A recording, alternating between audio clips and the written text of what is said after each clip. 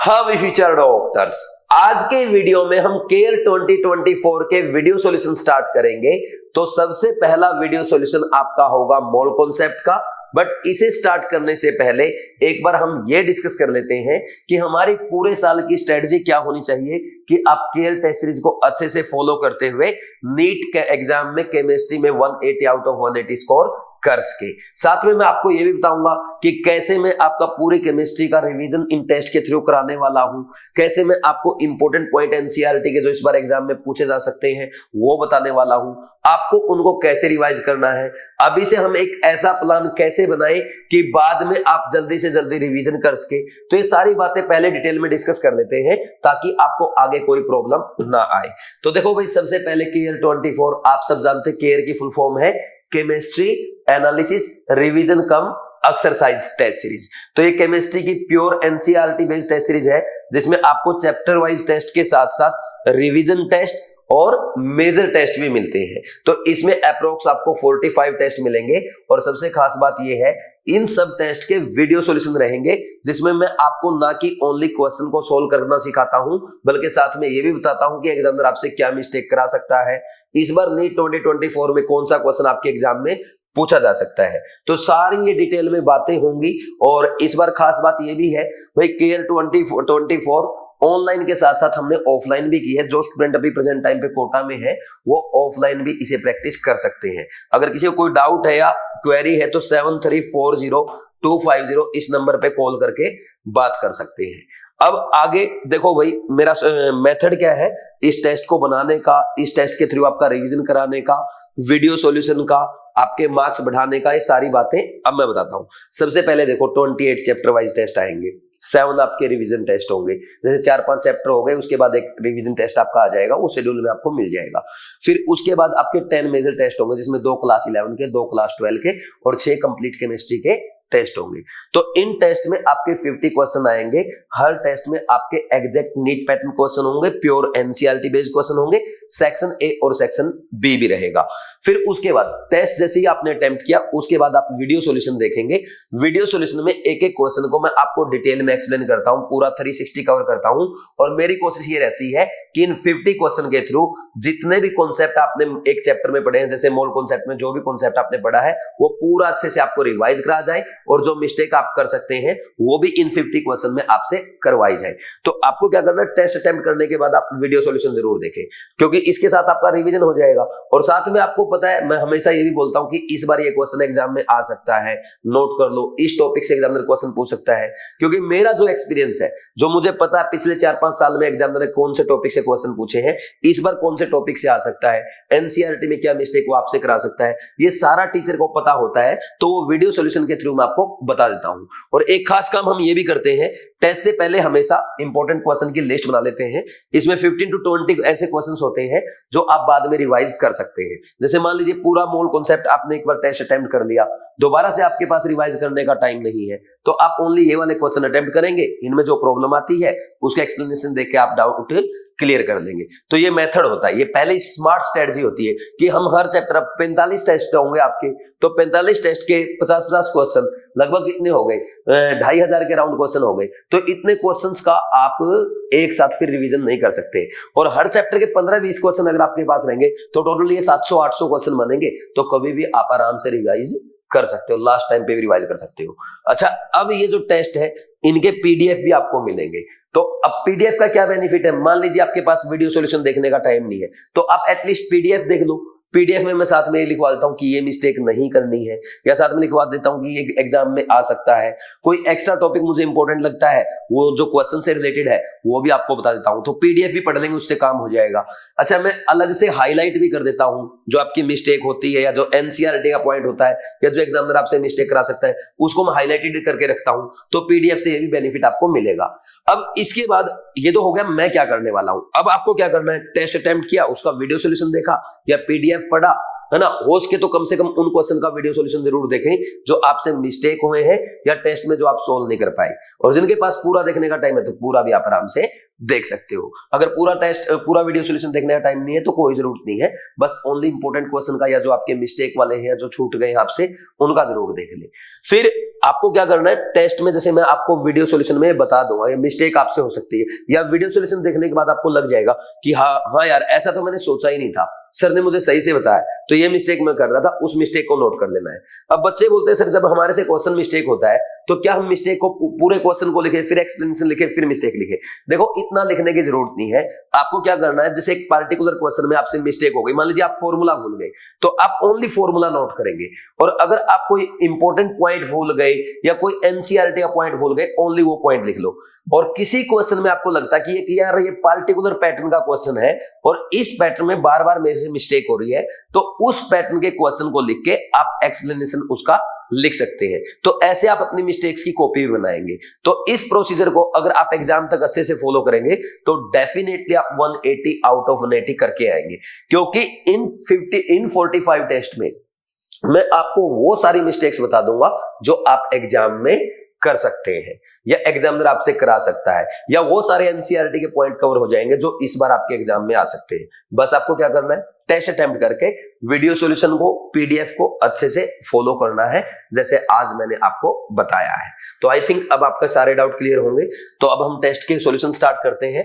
सबसे पहले देखो भाई, मोल कॉन्सेप्ट है, इसमें आप क्या करेंगे, इंपोर्टेंट क्वेश्चंस की लिस्ट बनाएंगे जो रिवीजन के लिए आप नोट कर सकते हैं। इसमें question number 1, 6th, 8th, 9th, 10th, 16th, 18th, 20th, 21st, 24th, 25th, 30th, 33rd, 36th, 37th, 39th, 46th and 50th question.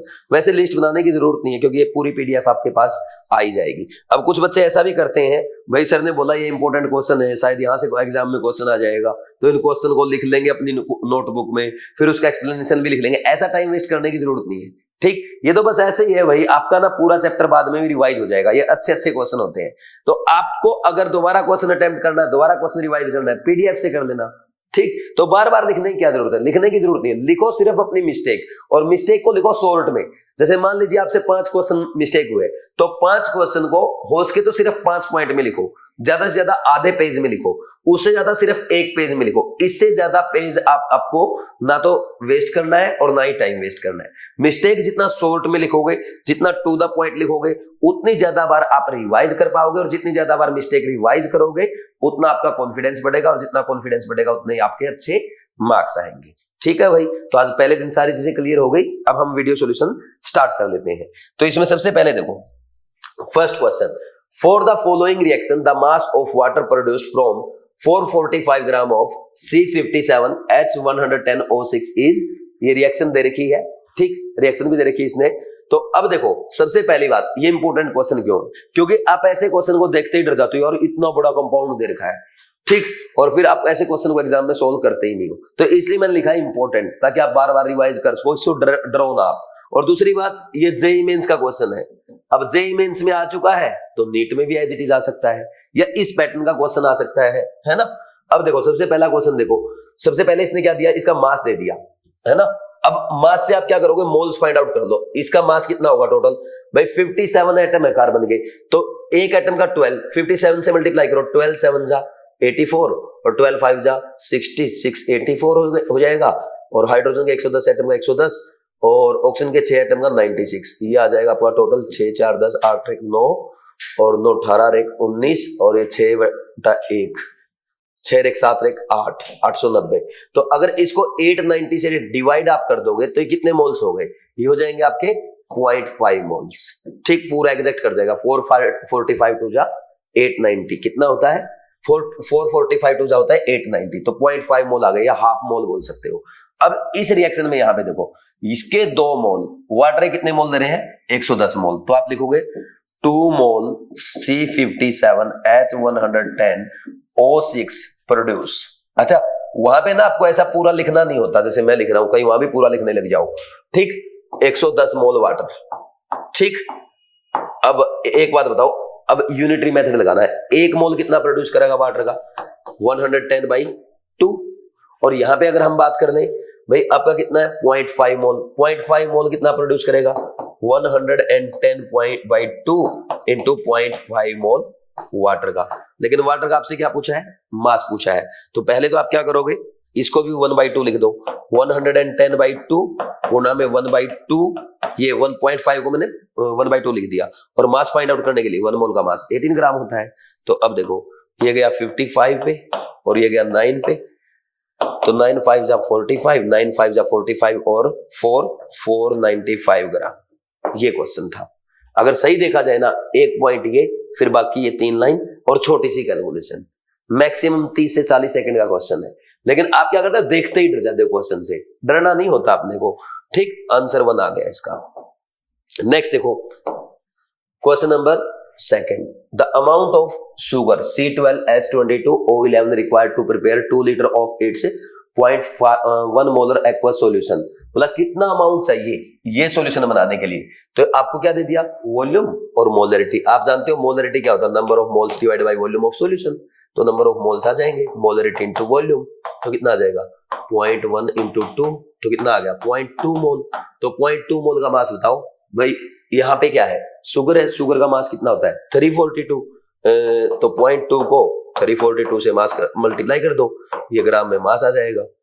ये कितना आएगा, ये आ गया 4 और ये 68.4 ग्राम।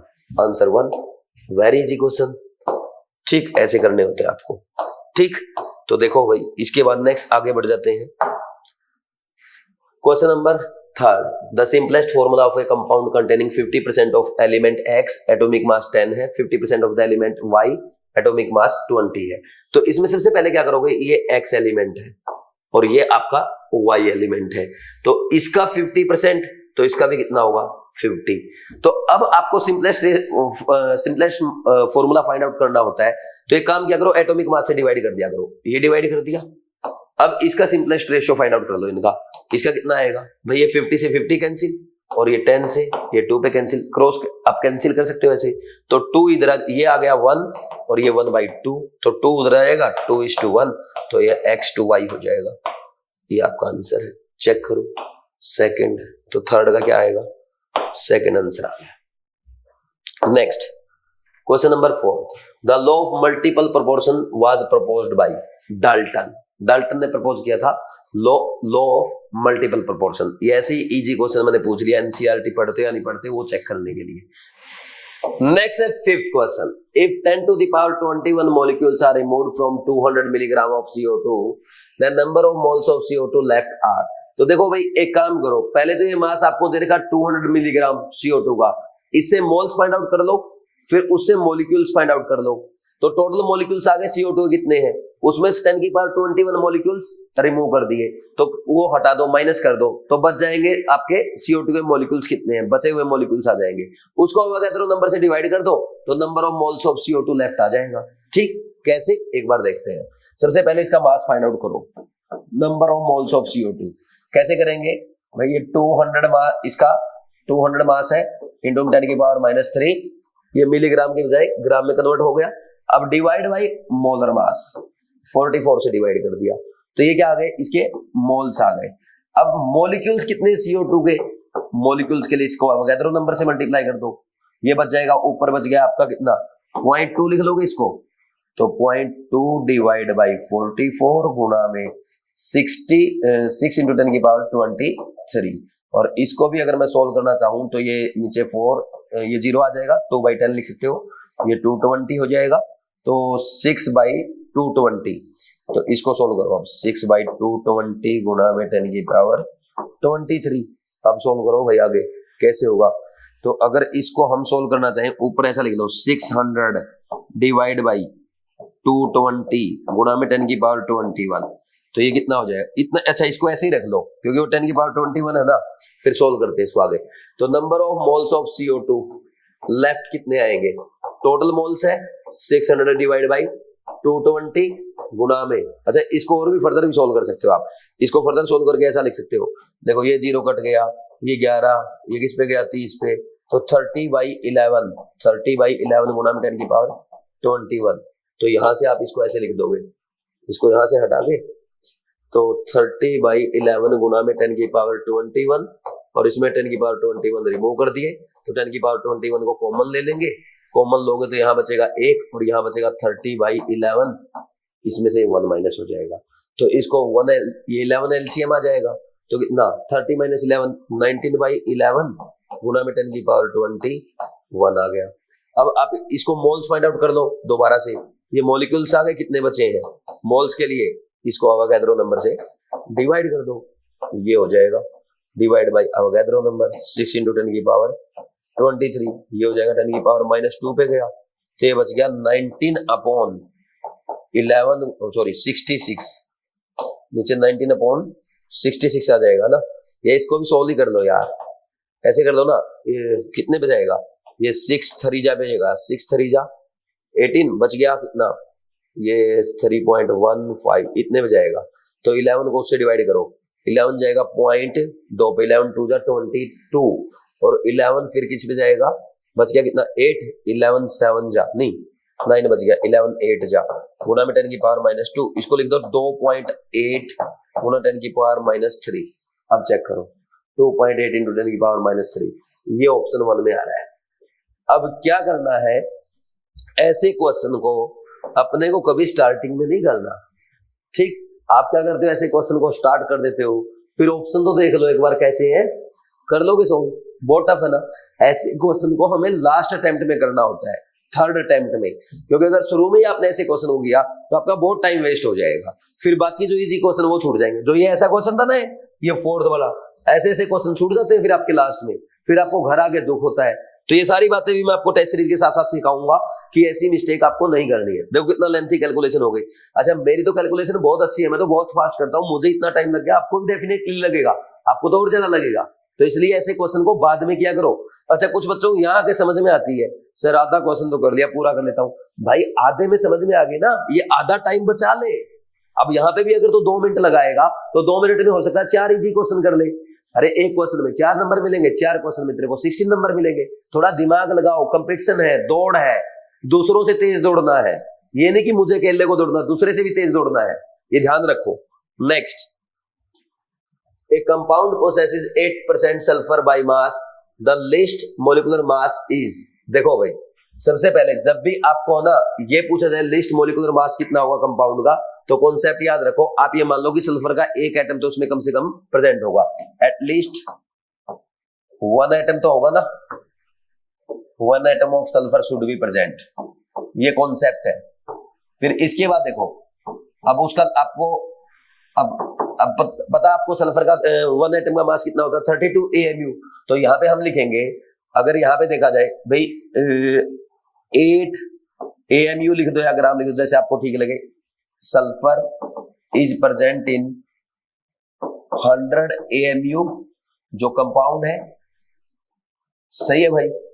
भाई 8% का मतलब तो यही होता है 8 इन 100, तो 1 AMU किस में होगा, 100/8 में, और 32 AMU किस में होगा, 100/8 गुना में 32 डिवाइड इक्वल टू कितना आ जाएगा, 400 AMU।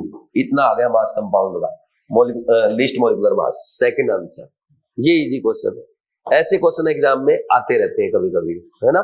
तो समझ गए इस क्वेश्चन को। नेक्स्ट देखो, बस इसमें यही कॉन्सेप्ट है, अगर लिस्ट मास पूछा ना आपसे तो आप ये समझ लो कि एक एटम उसमें प्रेजेंट होगा, ठीक। तो लिस्ट मास के लिए तो एक एटम का मास भी आप ये लिख दो, 8% का मतलब ये हो गया 8 AMU सल्फर है 100 AMU कंपाउंड में, 100/8 में, तो सल्फर का एक एटम यानी 32 होगा 100/8 गुना में 32 में, तो मिनिमम मॉलिक्यूलर मास उसका 400 होगा। Next, 12 gram of magnesium will react completely with acid to give. वो बोल रहा है जो 12 ग्राम आपका मैग्नीशियम है वो किसके साथ रिएक्ट करेगा, एसिड के साथ रिएक्ट करेगा, कितना H2 देगा, ये पूछा गया है। तो आप एक काम कर लो, इसमें या तो लॉ ऑफ केमिकल इक्विवेलेंस से कर सकते हो, क्योंकि मेटल ये रिएक्ट कर रहा है आपका, ठीक, मेटल रिएक्ट कर रही है, H2 प्रोड्यूस हो रहा है, या तो उससे कर सकते हो, या आप एक काम करो Mg की रिएक्शन लिख लो, एसिड कोई भी लो उससे कोई फर्क नहीं पड़ेगा, HCl लो H2SO4 लो, वो आपकी मर्जी है, ठीक। जैसे मान लीजिए आपने क्या ले लिया, ये HCl ले लिया, तो MgCl2 बनेगा और साथ में H2 बन जाएगा। तो यहाँ पे अब Mg का 1 मोल H2 का 1 मोल दे रहा है, तो अगर आपको पता चल जाए Mg के मोल्स कितने हैं, number of moles of Mg कितना है, 12/24 is equal to half mole है। तो एक बात बताओ भाई, 1 मोल Mg कितना कितना मोल H2 दे रहा है? 1 मोल H2, तो हाफ मोल Mg कितना देगा? हाफ मोल H2, यही तो आंसर आ जाएगा। बोलो कोई डाउट नहीं है? तो 1 mole of H2, half mole H2, answer is 2। ऐसे करते हैं, वेरी इजी क्वेश्चन। ठीक, next 8th question, suppose the elements X and Y combine to form two compounds XY2 and X3Y2 when 0.1 mole of XY2 weight 10 gram and 0.05 mole of X3Y2 का दिया है 9 ग्राम, the atomic weight of the X and Y। देखो पहले तो एक काम कर लिया करो आप, 0.1 मोल दे रखा ना XY2 का मास कितना दे रखा है? 10 ग्राम। तो सीधी सी बात है, एक बात बताओ, 1 मोल XY2 का मास कितना हो जाएगा? 100 हो जाएगा यार, सिंपल सी बात है। ऐसे ही उसमें देख लो, 0.05 मोल का मास है X3Y2 का, कितना? 9 ग्राम। तो 1 मोल का मास कितना हो जाएगा X3Y2 का? 9/0.05, इसको लिखोगे 900/5, 180 ग्राम। तो दोनों का मोलर मास आ गया आपके पास। तो इसका मोलर मास कितना है? X का मास, एटॉमिक मास, प्लस Y के 2 एटॉमिक मास, मतलब 2Y के 2 एटम का mass equal to 2 mole atom का, 100 हो गया। ऐसे ही उसका लिखो, कितना आएगा इसका? 3X plus 2Y is equal to 180। अब ये 2 इक्वेशन हो गई, ये 1 और ये 2। एक काम कर दो, 1 माइनस 2 कर दो, तो ये सारे माइनस क्यों हो जाएंगे? तो यहाँ कितना बचेगा? -80। ये y से y, 2y से 2y कैंसिल, -2x, तो माइनस से माइनस कैंसिल, x आ गया 40। ठीक, x को अब किसी एक इक्वेशन में रख दो, पुट इन वन, है ना। तो x plus 2 into 40 is equal to x plus, क्या कर दिया मैंने? हाँ, x प्लस 2 इंटू, अरे सॉरी यार, ये 2y तो फाइंड आउट करना, 40 plus 2y is equal to 100। तो यहां से y आ जाएगा 30। तो x और y के मास आ गया। इसने पूछा पहले x का फिर y का। ये भी ध्यान रखना, आजकल एग्जामिनर ये भी करता है कि y को पहले लिख देता है, x को बाद में लिखता है, और बहुत सारे क्वेश्चंस में कर रहा है आजकल। तो x का है 40, y का 30, आंसर 2 आ जाएगा। ये इजी क्वेश्चन था। ठीक, लेकिन इस क्वेश्चन को देखते ही बच्चे भाग जाते हैं, यार क्या क्या दे रखा है, दो कंपाउंड दे रखे हैं, दो कंपाउंड का मास दे रखा है। ऐसे क्वेश्चन आते हैं जेईई मेंस में, नीट में भी आएंगे। Next, the number of gram atom of oxygen इन। अच्छा, ग्राम एटम आपसे पूछा गया है, तो ग्राम एटम का मतलब पता क्या है? इसका सीधा सा मतलब समझ जाओ कि आपसे पूछ रहा है कि इसके मोल्स कितने हैं, मोल्स ऑफ ऑक्सीजन एटम, ये पूछ रहा है आपसे। समझे कि नहीं समझे? तो अब इसमें देख लो, इसके मोल्स फाइंड आउट करो, number of moles of CO। ठीक, तो CO में कितने? अच्छा, एक सिंपल सी बात ये भी तो कर सकते हो भाई, CO के एक मॉलिक्यूल में ऑक्सीजन के कितने एटम है? एक। तो इसमें कितने एटम हो जाएंगे इतने मोल्स में? 3 इंटू 3.02 इंटू 10⁻24 ऑक्सीजन एटम्स है। तो अब number of gram atom of oxygen, एक टाइप से क्या फाइंड आउट कर रहे हो? मोल्स। क्योंकि मैंने आपको बताया, कभी किसी के ग्राम एटम पूछ रहा ना, इसका मतलब क्या पूछ रहा है आपको? मोल्स फाइंड आउट करो। और ये हमेशा ध्यान रखो, ये इंपॉर्टेंट पॉइंट है। कभी किसी के ग्राम मॉलिक्यूल्स पूछे, इसका मतलब पता क्या पूछ रहा है? उसके मोल मॉलिक्यूल्स पूछ रहा है, यानी मोल्स फाइंड आउट करने हैं। हमेशा ध्यान रखो इस बात का। कभी आपको बोल दे कि 5 ग्राम एटम है, तो उसका मतलब हो गया उसके 5 मोल एटम है। कभी आपको बोल दे हाइड्रोजन के 2 ग्राम मॉलिक्यूल, तो इसका मतलब हो गया 2 मोल ऑफ हाइड्रोजन। ये ध्यान रखना, ग्राम मॉलिक्यूल का मतलब मोल्स होता है, ग्राम एटम का मतलब मोल एटम्स होता है। ठीक, तो इसमें फाइंड आउट करो, ये number of atoms divide by, अब आ गया तेरा नंबर, जो भी होगा ये 6.02 जितना होता है 10⁻23, ये 2 पे कट गया, ये 10 पे, ये 5 आ जाएगा। तो 5 मोल लिख दो, या 5, इसको ऐसे लिख दो, 5 ग्राम एटम या 5 मोल, एक ही बात है। आंसर चेक करो, 3rd आ जाएगा। ये आपका 9th क्वेश्चन हो गया। Next question number 10, the incorrect statement for 14 gram of CO is, it occupies 2.24 litre at NTP. देखते हैं भाई, number of moles of CO निकाल लो। 14 डिवाइड इसका मास होता है 28, तो हाफ मोल आ गया। तो वॉल्यूम कितनी आएगी, volume of CO at NTP, तो एक मोल में कितना होता है 22.4, तो हाफ इंटू 22.4 11.2 लीटर। तो यही गलत हो गया है ना, ये रॉन्ग हो गया, उसने इनकरेक्ट ही पूछा था। ठीक, अब देखो, it correspond to half mole of CO, इसका मतलब क्या है, हाँ ये सही है, हाफ मोल हो गया। It correspond to same mole of CO and N2, दोनों का मास सेम होता है, तो दोनों का मास अगर सेम होता है तो कोई दिक्कत है ही नहीं, तो दोनों का मास देख लो, इसका भी 28 ग्राम होता है, इसका भी 28 ग्राम होता है। तो N2 में number of moles of N2 अगर फाइंड आउट करोगे तो 14/28 उसका भी हाफ मोल आएगा। तो हाफ मोल में मोलिक्यूल्स कितने आ जाएंगे, तो यहां से आप देख सकते हो, हाफ इंटू 6 इंटू 10 की पावर 23, दैट इज 3 इंटू 10 की पावर 23 molecules of CO। ये आपका, ये भी सही हो गया।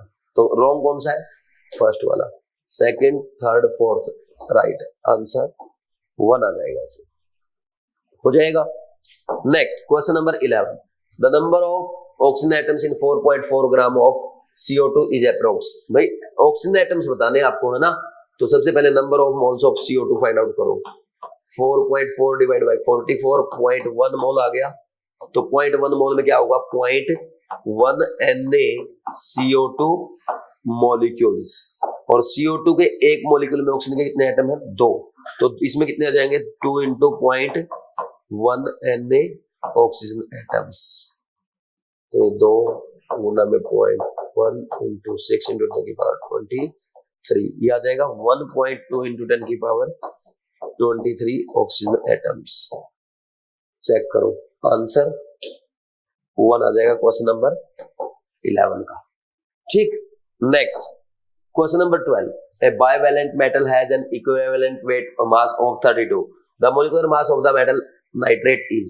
तो भाई ये पहली बात उसने बोला बाइवेलेंट है, तो बाइवेलेंट का मतलब इसका एन फैक्टर कितना हो गया, 2 हो गया, और एन फैक्टर अगर 2, ये अच्छा क्वेश्चन है, इसको दूसरे कलर से देख लेते हैं।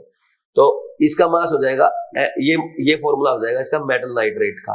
अब देखो नाइट्रोजन का मास हमें पता, ऑक्सीजन का पता, मेटल का भी मास पता चल जाए तो हमारा काम हो जाएगा। तो मेटल का मास देखो कैसे करेंगे भाई, इक्विवेलेंट वेट क्या होता है, atomic mass divide by N factor, ये होता है, और उसने इक्विवेलेंट वेट दे रखा 32 इज इक्वल टू m/2, तो m कितना आ गया 64, तो इसका मास कितना आएगा 64 प्लस नाइट्रोजन का कितना होता है, नाइट्रोजन का होता है 14 प्लस 3 ऑक्सीजन एटम का 48, और इसको 2 से गुणा करना पड़ेगा, ट्वाइस है ना, तो ये हो जाएगा 64 प्लस ये आपका 16 62 62 टू जा 124, ऐड कर दो 8 8 1 188, ये आ गया आपका थर्ड आंसर। आसान क्वेश्चन है वैसे। ठीक, नेक्स्ट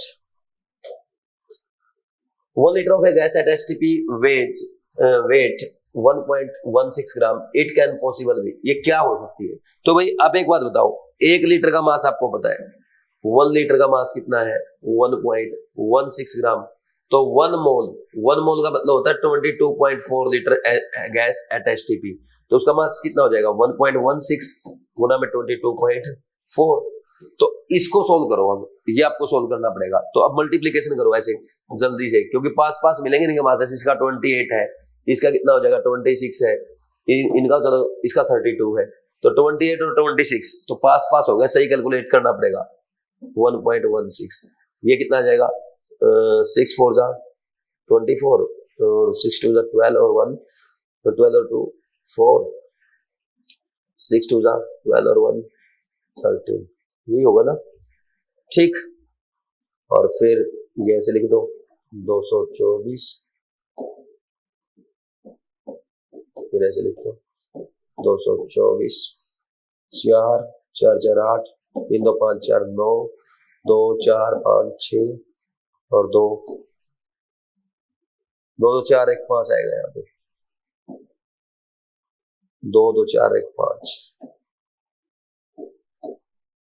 2 25.98, यानी अप्रोक्स में लिख सकता हूँ इसको 26। अब मास देखो 26 किसका होता है, इसका कितना आएगा, 2 कार्बन 24 और 2 हाइड्रोजन 26 हो गया, आंसर 1 ही आ जाएगा।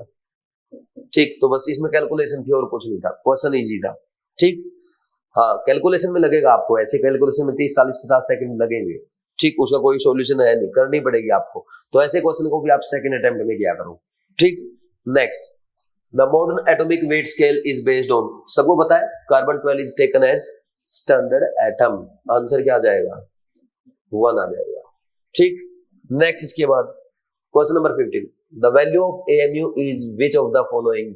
तो देखो 1 AMU क्या होता है, 1 AMU is equal to 1/12 of mass of carbon 12 atom होता है। ठीक, अब देखो क्या लिखेंगे, 1/12 गुणा में कार्बन एटम के एक एटम का मास होता है 1.99264 into 10 की पावर -23 ग्राम। तो ये जो आएगा ना आपका, ये आएगा 12 को इसको डिवाइड करो, 1 पे गया, फिर बच गया कितना 7, 12 6 72, बच गया कितना 7, फिर 12 6 जा भी जाएगा इंटू 10 की पावर -23 ग्राम, यानी ये आ जाएगा 1.66 इंटू 10 की पावर -24 ग्राम। अच्छा सर आपने ये कैसे लिख दिया, ये मुझे याद है एनसीईआरटी में गिवन है, कार्बन 12 के एक एटम का मास होता है, आपको भी ध्यान रखना है, एग्जामिनर डायरेक्ट भी पूछ सकता है। आंसर क्या आ जाएगा इसका, 2 आ गया। ठीक, ये था अपना question number 15। Next question number 16, if we consider that 1/6 in place of 1/12 mass of carbon 12 atom is taken to be the relative atomic mass unit, the mass of 1 mole substance will be। तो ये बहुत ही अच्छा question है भाई, very important, इसको ना आप doctor question लिखो, क्योंकि हम जहां पे इंपॉर्टेंट होता है वहां पे स्टार पॉइंट की बजाय DR पॉइंट लगाएंगे, ताकि अपने को याद रहे डॉक्टर बनने जा रहे हैं, इस पॉइंट को, इस क्वेश्चन को रिवाइज करके जाए। अब देखो इसने क्या बोला कि अगर हम क्या लेते हैं, अभी मैंने आपको बताया 1 AMU के लिए 1/12 of mass of carbon 12 atom लिया, बोला उसकी जगह 1/12 की बजाय अगर हम 1/6 कर दे तो 1 मोल सब्सटेंस का मास कितना होगा। भाई 1 मोल सब्सटेंस का मास तो उतना ही रहेगा, बोलो कोई डाउट है क्या। जैसे अगर मान लीजिए आप मेरा वेट मेजर कर रहे हो, अभी मैं बोलता हूं मेरा मास है 80 kg, ठीक, अब इसमें क्या हो गया, मतलब मान लीजिए ये 1 kg का टुकड़ा है, ये 1 kg का टुकड़ा है, तो ये कितने आएंगे, मतलब अगर मान लीजिए एक तराजू में मेरे को रख दिया जाए, दूसरे तराजू में 1 kg को टुकड़े रखे जाए, 1 kg का पीस रखा जाए, तो कितने पीस आ जाएंगे मेरे बराबर में, मेरे को इक्वलेंट मेरे वेट मेजर करने के लिए 80 पीस आएंगे कि नहीं आएंगे। अब एक बात बताओ, अगर इसके बजाय ये बोल दिया भाई टुकड़ा हमारे पास छोटा है, इसका मास ओनली 1/2 kg है, तो अब ये टुकड़े कितने आ जाएंगे, ये आपके 160 आ जाएंगे, लेकिन मेरा मास तो कितना है, मैं तो अभी भी 80 kg का ही हूं। आपने क्या किया, आपने यूनिट चेंज कर दी मास मेजर करने की, मास आपने चेंज नहीं किया है, आपने क्या कर दिया 1 kg की बजाय 1/2 kg के साथ मेरे को मेजर कर रहे हो, तो आप बोलोगे मेरा मास कितना हो गया 160 यूनिट। तो मेरा मास जो है ना एग्जैक्ट मेरा वजन कितना है, मेरा आज भी वजन 80 kg है, बस आपने क्या कर दिया यूनिट चेंज कर दी मास मेजरमेंट की। समझे कि नहीं समझे।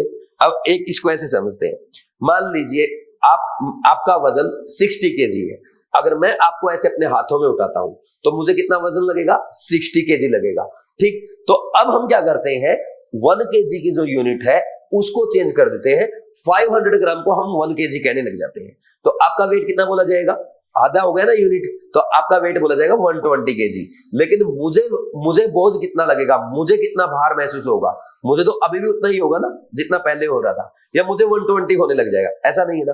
तो इसलिए अगर आप मास मेजरमेंट की यूनिट चेंज करते हैं तो उससे आपके सब्सटेंस के मास पे कोई चेंज नहीं आएगा, यानी 1 मोल का मास जो था वही रहेगा। बोलो कोई डाउट नहीं, तो आंसर 3rd आ जाएगा, ठीक। ऐसे करते हैं क्वेश्चन को, अच्छा क्वेश्चन था। नेक्स्ट 17th क्वेश्चन है, m is the molecular weight of KMnO4, the equivalent weight of KMnO4 when it is converted into K2MnO4। देखो भाई KMnO4 किस में जा रहा है, K2MnO4 में, तो यहाँ पे नेट चेंज कितना, देखो पोटेशियम दोनों साइड +1 में है, ऑक्सीजन दोनों साइड -2 में, कोई चेंज नहीं आ रहा, लेकिन मैंगनीज क्या है +7 से +6 में गया, तो उसने एक इलेक्ट्रॉन क्या किया है, गेन कर लिया, एक इलेक्ट्रॉन इसमें ऐड हो गया। और एन फैक्टर क्या होता है किसी भी सब्सटेंस का, नंबर ऑफ इलेक्ट्रॉन गेन और नंबर ऑफ इलेक्ट्रॉन लॉस्ट। तो यहाँ पे एन फैक्टर कितना आ जाएगा, 1 आ जाएगा। और आपको पता है इक्विवेलेंट वेट क्या होता है, molar mass divide by N factor, ये आ जाएगा m/1। तो कौन सा आंसर है, फर्स्ट आ जाएगा 17 का। Next question number 18, assuming fully decomposed the volume of CO2 released at STP on heating 9.85 gram of BaCO3, मैं कंप्लीटली डिकम्पोज कर दिया इतने बेरियम कार्बोनेट को। अब बेरियम कार्बोनेट का मास पता होना चाहिए सबसे पहले तो आपको। तो मास क्या होता है देख लो भाई, बेरियम का कितना दे रखा उसने 137, कार्बन का होता है 12 और 3 ऑक्सीजन 48 हो गया, तो ये आ जाएगा 197। ठीक, तो अब इसको number of moles of BaCO3 find out कर दो, कितना आएगा 988.5 197। ये पूरा ना 5 पे कटेगा। सर आपको कैसे बता, देखो 19 जा कितना होता है, 19 जा 95 होता है, तो इसको मल्टीप्लाई करके देख लो 5 को, 5 7 जा 35 बच गया 3, 19 जा 95 और 3 98, पूरा एग्जैक्ट 5 पे गया। तो 5 की वजह इसको लिखो 0.05, क्योंकि पॉइंट भी है ना, तो 0.05 मोल आ गया। अब देखो BaCO3 जो है ये डिकम्पोज होगा, क्या देगा, barium oxide plus CO2 gas देता है। तो बेरियम ऑक्साइड, ये इसका 1 मोल जो है बेरियम कार्बोनेट का कितने मोल CO2 दिया, 1 मोल CO2। तो एक बात बताओ, जो हमारा 0.05 मोल BaCO3 ये कितना देगा, 0.05 मोल CO2। अब CO2 का आपसे क्या पूछा है, वॉल्यूम, तो 0.05 मल्टीप्लाई बाय 22.4 कर दो, तो ये कितना आ जाएगा, 5 4 जा 20, 25 5 जा होता है ये 20 हो गया, 5 दूनी 10 और 4 14, ठीक नहीं सॉरी 12 और 5 दूनी 10 11, और ये आ जाएगा 1.12 लीटर। ये आंसर आ जाएगा, चेक करो। फोर्थ, वेरी इजी क्वेश्चन, कोई टफ क्वेश्चन नहीं था। ठीक, आंसर 4 आ गया। बस क्या करना था, बेरियम कार्बोनेट का मोल्स फाइंड आउट कर लिए, रिएक्शन लिखी। बेरियम कार्बोनेट को जब डिकम्पोज करते हैं बेरियम ऑक्साइड और CO2 मिलेगा, 1 मोल बेरियम कार्बोनेट 1 मोल CO2 देगा, तो 0.05 मोल बेरियम कार्बोनेट 0.05 मोल CO2 देगा। CO2 का मास फाइंड आउट कर लो NTP STP पे। ठीक, ये था आपका question number 18। Next question number 19, the number of molecules in 4.25 gram of NH3 is approximately. पहले आप इसमें मोल्स फाइंड आउट करो, कितना आएगा 4.25। अब यहाँ पे मास देखो कितना है इसका, अमोनिया का 17 होता है, ये पूरा 1/4 पे कट जाएगा, तो 1/4 मोल्स आ गए। ठीक, तो आपसे क्या पूछा है, मॉलिक्यूल्स पूछा है, तो 1/4 गुना में 6 × 10⁻23 मॉलिक्यूल्स आ जाएंगे। अब ये कितना है, इसको आप देख सकते हो 1.5 × 10⁻23 मॉलिक्यूल्स। अब कुछ बच्चों ने इसको मिस्टेक किया होगा, आंसर 4 मारा होगा, क्योंकि मैंने आपको क्वेश्चन बैंक में भी दे रखा है और क्लास में भी करवाया। मैंने एटम्स पूछे थे वहां पे, यहाँ मैंने मॉलिक्यूल्स पूछ लिए। तो जैसे एग्जामिनर चकमा आपको देता मैं भी दूंगा। ठीक, ये मिस्टेक मैं भी आपसे करवाऊंगा। आंसर क्या आया, 1 आया क्वेश्चन नंबर 19 का। Next question number 20, arrange the following in the order of increasing mass. वे मास बताओ। अब यार 1 एटम ऑफ ऑक्सीजन, ये तो बहुत हल्का होगा यार, कितना 16 AMU, और 1 AMU आपको पता है 16 × 1.66 × 10⁻23 ग्राम। अब नेक्स्ट देखो ये कितना है, 1 एटम ऑफ नाइट्रोजन। अब 1 एटम नाइट्रोजन का इसका 14 AMU होता है, 14 × 1.66 × 10⁻23 ग्राम। यानी इन दोनों में बड़ा कौन सा हो गया, ऑक्सीजन वाला एटम, यानी फर्स्ट का वेट ज्यादा हो गया सेकंड से। अब इन दोनों में देखो ये 10⁻10 मोल दे रखा है, तो 10⁻10 गुना में 6 × 10⁻23 एटम्स हो जाएंगे। ऐसे लिख दो, 1 मोल का मास कितना होता है, सीधा 1 मोल ऑक्सीजन एटम का मास होता है 16 ग्राम, तो इतना ग्राम आ जाएगा, तो उनसे ज्यादा आ गया इसका। और इसका देखो 10⁻10 गुना में कितना हो जाएगा, कॉपर का मास होता है 63.5 ग्राम, ये इससे भी ज्यादा आ जाएगा, और ये दोनों उनसे ज्यादा, तो 1 से ज्यादा थर्ड और थर्ड से भी ज्यादा फोर्थ। ये आंसर आ जाएगा आपका 1। Question number 20। ठीक, next question number 21। The density of 2 molar aqueous solution of NaOH is 1.28 ग्राम पर centimetre cube. The molarity of the solution is. देखो सबसे पहले ऐसे क्वेश्चन को कैसे करेंगे भाई, समझना जरूरी इंपॉर्टेंट है। इस पैटर्न क्वेश्चन एग्जाम में आते हैं, IIT एडवांस जेईई मेंस से खूब पूछे हैं, कभी कभार नीट भी पूछता है। ठीक, और काफी टाइम हो गया पूछे हुए, इस बार आ सकता है। तो मोलरिटी फाइंड आउट करनी। What do you mean by molarity? Molarity क्या होता है? Number of moles of solute divide by weight of solvent in KG. यही तो आप करते हो। अब देखो 2 मोलर एक्वस सॉल्यूशन दे दिया, अब मोलरिटी दे रखा है और मोलरिटी पूछा है, साथ में डेंसिटी दे दिया। तो आप इसको पता क्या लिखो, 2 मोलर को मैं क्या लिख सकता हूं, 2 moles of NaOH in 1 litre solution, ये लिख सकता हूं। अब आप मोलरिटी फाइंड आउट कर रहे थे तो नंबर ऑफ मोल्स तो आपके पास आ गया कितना, 2, लेकिन वेट ऑफ सॉल्वेंट नहीं है। तो हमारे पास क्या है, वॉल्यूम ऑफ सॉल्यूशन है। वॉल्यूम ऑफ सॉल्यूशन कितना है, 1 लीटर। इसको आप लिख सकते हो 1000 सेंटीमीटर क्यूब। अब एक बात बताओ, डेंसिटी ऑफ सॉल्यूशन भी आपके पास है कितना, 1.28 ग्राम सेंटीमीटर क्यूब पर सेंटीमीटर क्यूब। अब एक बात बताओ, मास क्या होगा, mass of solution, density into volume. तो कर दो 1.28 गुना में 1000, 1280 ग्राम आ गया। अब आपको मास ऑफ सॉल्यूशन नहीं चाहिए, आपको मास ऑफ सॉल्वेंट चाहिए। तो यहां से 2 मोल का मास कितना होगा, मास ऑफ सोल्यूट, सोल्यूट का मास निकालो। तो 2 गुना 40 होता है इसका 1 मोल का मास, 80 ग्राम आ गया। तो अब मास ऑफ सॉल्वेंट कितना बचेगा, सॉल्यूशन में से, सॉल्यूशन के मास में से सोल्यूट का घटा दो, कितना 80 घटाया 1200 ग्राम बच गया, जिसको आप बोल सकते हो 1.2 kg। तो ये आ गया आपके सॉल्वेंट का मास। तो ये सॉल्वेंट का मास 1.2 से डिवाइड कर दो तो कितना हो जाएगा, 20 डिवाइड बाई 12, 4 पे काट दो, 4 पंजा 20, 4 तिया 12, तो 1.66 आ गया है ना, इतना मोलर। आंसर चेक करो 1.67, थर्ड आ जाएगा। ठीक, आंसर इज 3। तो ये अच्छा क्वेश्चन था, IIT एडवांस में, आपके NCERT में भी एक क्वेश्चन है ऐसा, तो एग्जाम में एज इट इज आ सकता है। ठीक, आई थिंक शायद यही होगा, चेक कर लेना, है जरूर ऐसा क्वेश्चन अपने NCERT में। ठीक, और अब देखो ये जो क्वेश्चन मैंने आपको कराया है, अब ऐसा क्वेश्चन भी एग्जाम में अगर आता है तो जैसे मैं समझा रहा हूं, मुझे ऐसा थोड़ा टाइम लग रहा है, तो जैसे आपको ना ये स्टेप सारे लिखने होते, आप तो सीधा ये लिखो 2 मोल 1 लीटर है ना, फिर इसका मास ऐसे में लिखना 2 into 40 पेपर में सीधा 80 ग्राम लिखो। कुछ बच्चों की आदत होती है, सर ऐसे सिखा रहे तो ऐसे ही करना है। अरे मैं तो आपको बच्चों को सिखा रहा हूं, मैं तो टीचिंग कर रहा हूं, वहां पे आपको क्वेश्चन सोल्व करना है, आपको वहां पे पढ़ाना नहीं किसी को, फास्ट सोल्व करना है। तो सीधा आप ये भी फॉर्मूला नहीं लिखता, कुछ बच्चे क्या फॉर्मूले भी लिखते हैं पेपर में, अरे डेंसिटी इनटू वॉल्यूम होता है, मास सबको पता है यार, फिर लिखेंगे 1.28 into 1000। अरे सीधा देखो ना यार, 1.28 को 1000 से मल्टीप्लाई करो 1280 आएगा। हाँ ये लिख लो। अब लिखो 1280 में से 80 गया, 1200 ग्राम बच गया, 1.2 kg, फिर उसको 2 से डिवाइड कर देना। ऐसे समझना आपको, ठीक, ऐसे क्वेश्चन सोल्व करना है, ये नहीं कि पूरा लिख रहे हैं मेरी तरह। ठीक, पेपर में कम से कम लिखना है, और ऐसे क्वेश्चन को भी कम से कम सेकंड अटेम्प्ट में करो। ठीक, और फर्स्ट में तो इसमें भी टाइम लग रहा है, फर्स्ट में सिर्फ वो क्वेश्चन जैसे होता ना आपका लॉ ऑफ मल्टीपल प्रोपोर्शन किसने दिया, सीधा आंसर 1, सीधे डायरेक्ट जो आपके 30 सेकंड में हो जाएगा। 30 सेकंड से ज्यादा टाइम किसी क्वेश्चन में लग रहा है वो सेकंड अटेम्प्ट में जाएगा, 1 मिनट से ज्यादा किसी क्वेश्चन में टाइम लग रहा है वो आपके थर्ड अटेम्प्ट में जाएगा।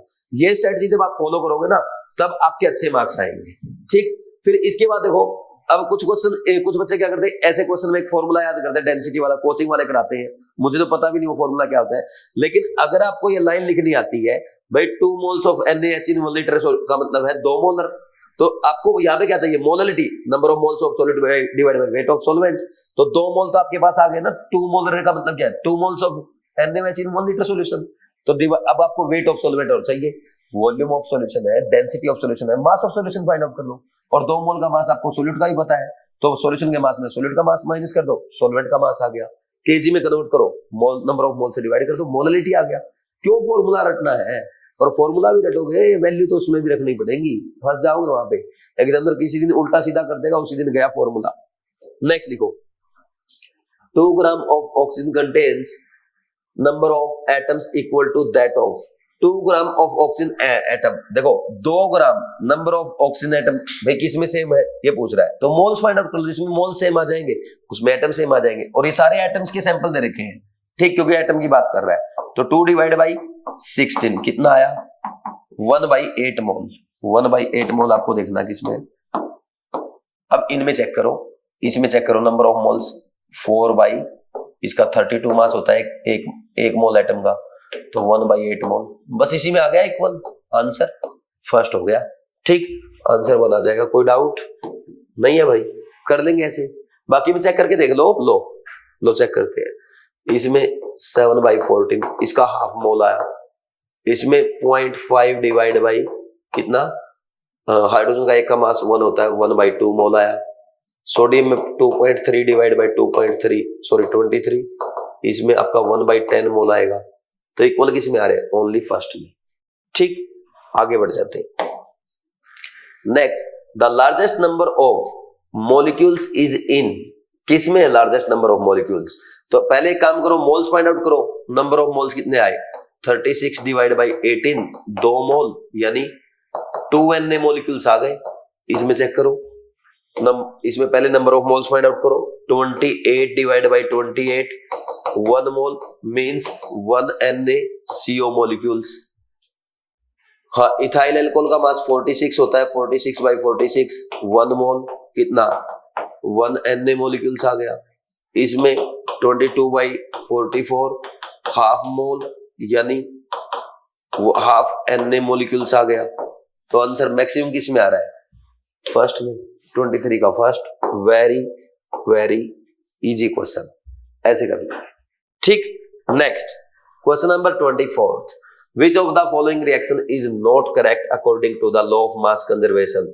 तो देखो भाई, law of conservation of mass क्या कहता है, mass can neither be created nor be destroyed but it can be converted from one form to another form, यानी कोई कंपाउंड है उससे आप नए कंपाउंड बना देंगे, लेकिन टोटल मास जो इनिशियल था वही रहेगा। तो अब देखो, जब रिएक्शंस होती है, रिएक्शन में आप एक काम किया करो, ऐसे क्वेश्चन करने के लिए एटम्स की बैलेंसिंग देख लिया करो। तो इधर देखो, ये एटम 2 मैग्नीशियम का है, तो इधर भी 2 मैग्नीशियम का, इधर ऑक्सीजन का 2, इधर भी, तो ये मास दोनों साइड बैलेंस्ड है, ठीक। अब इसमें देखो, इधर कार्बन के 3 एटम, इधर 1, यही फेल हो गया, ठीक। इधर हाइड्रोजन के 8 एटम, इधर 2, तो यही फेल होगा, इसमें law of conservation mass follow नहीं हो रहा। नेक्स्ट, इधर फास्फोरस के 4, इधर भी 4, इधर ऑक्सीजन के 5 2 10, इधर भी 10, इधर कार्बन का 1, इधर भी 1, इधर हाइड्रोजन के 2 4, इधर भी 4, इधर ऑक्सीजन के 2 दूनी 4, और ये 2 और 2 4, दोनों तरफ 4 4 है, तो ये भी सही है, ये फॉलो कर रहा है। तो सेकंड फॉलो नहीं कर रहा था, आंसर क्या आ जाएगा, सेकंड आ जाएगा। कर लेंगे भाई ऐसे, ठीक, ये था आसान सा question. Next 25th question, if the concentration of glucose in blood is 0.9 ग्राम पर litre, what will be the molarity of the glucose in blood.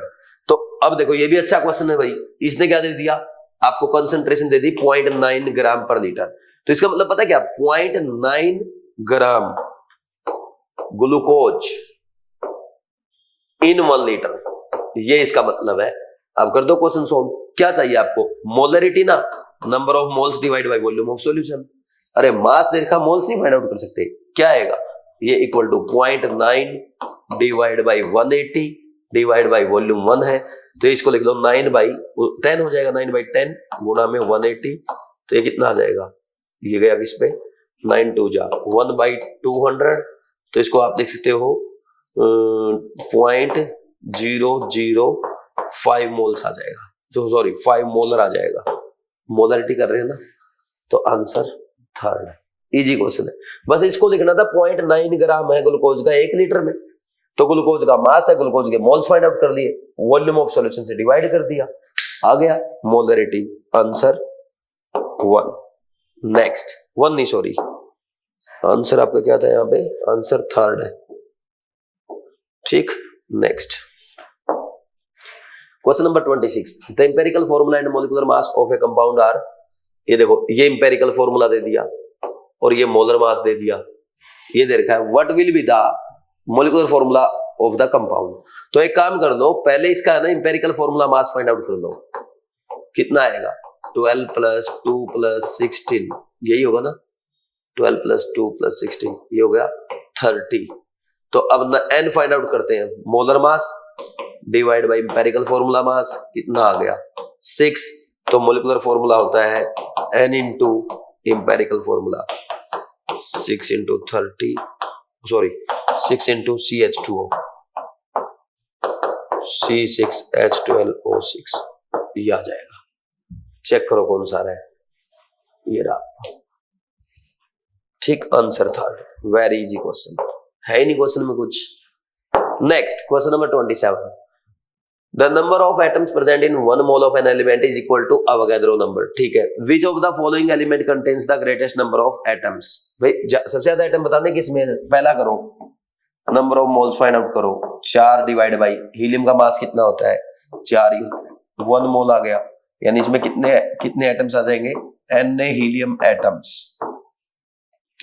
Second number of moles of sodium, ये हीलियम के थे सोडियम के 46 divide by 46 23 होता है sodium का मास, तो कितना आ गया 2 मोल यानी 2Na sodium atoms.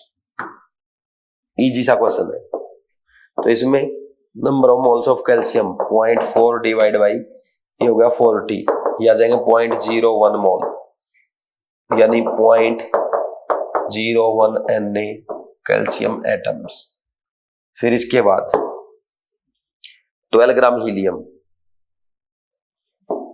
Number of moles of helium 12 divide by 4 3 mole आ गया 3Na हीलियम एटम्स। देख लो भाई किसके ज्यादा आ रहे हैं, सबसे ज्यादा इसी में आ गया आई थिंक, हाँ आंसर 4 आ जाएगा।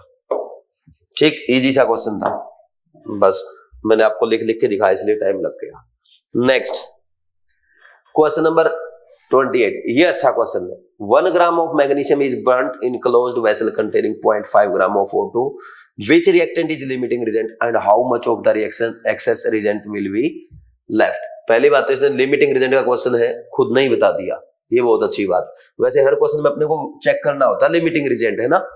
तो मैग्नीशियम और O2 रिएक्ट करके क्या बनाएंगे MgO, इस रिएक्शन को ऐसे बैलेंस कर दो, ये हो गई रिएक्शन बैलेंस। अब पहले इनके मोल्स फाइंड आउट करो, नंबर ऑफ मोल्स कितने हैं 1 डिवाइड बाई 24, इसके मोल्स कितने हैं 0.5 डिवाइड बाई 32, ऐसे करोगे। अब L फाइंड आउट कर सकते हो, L कैसे फाइंड आउट करते हैं 1 number of moles divide by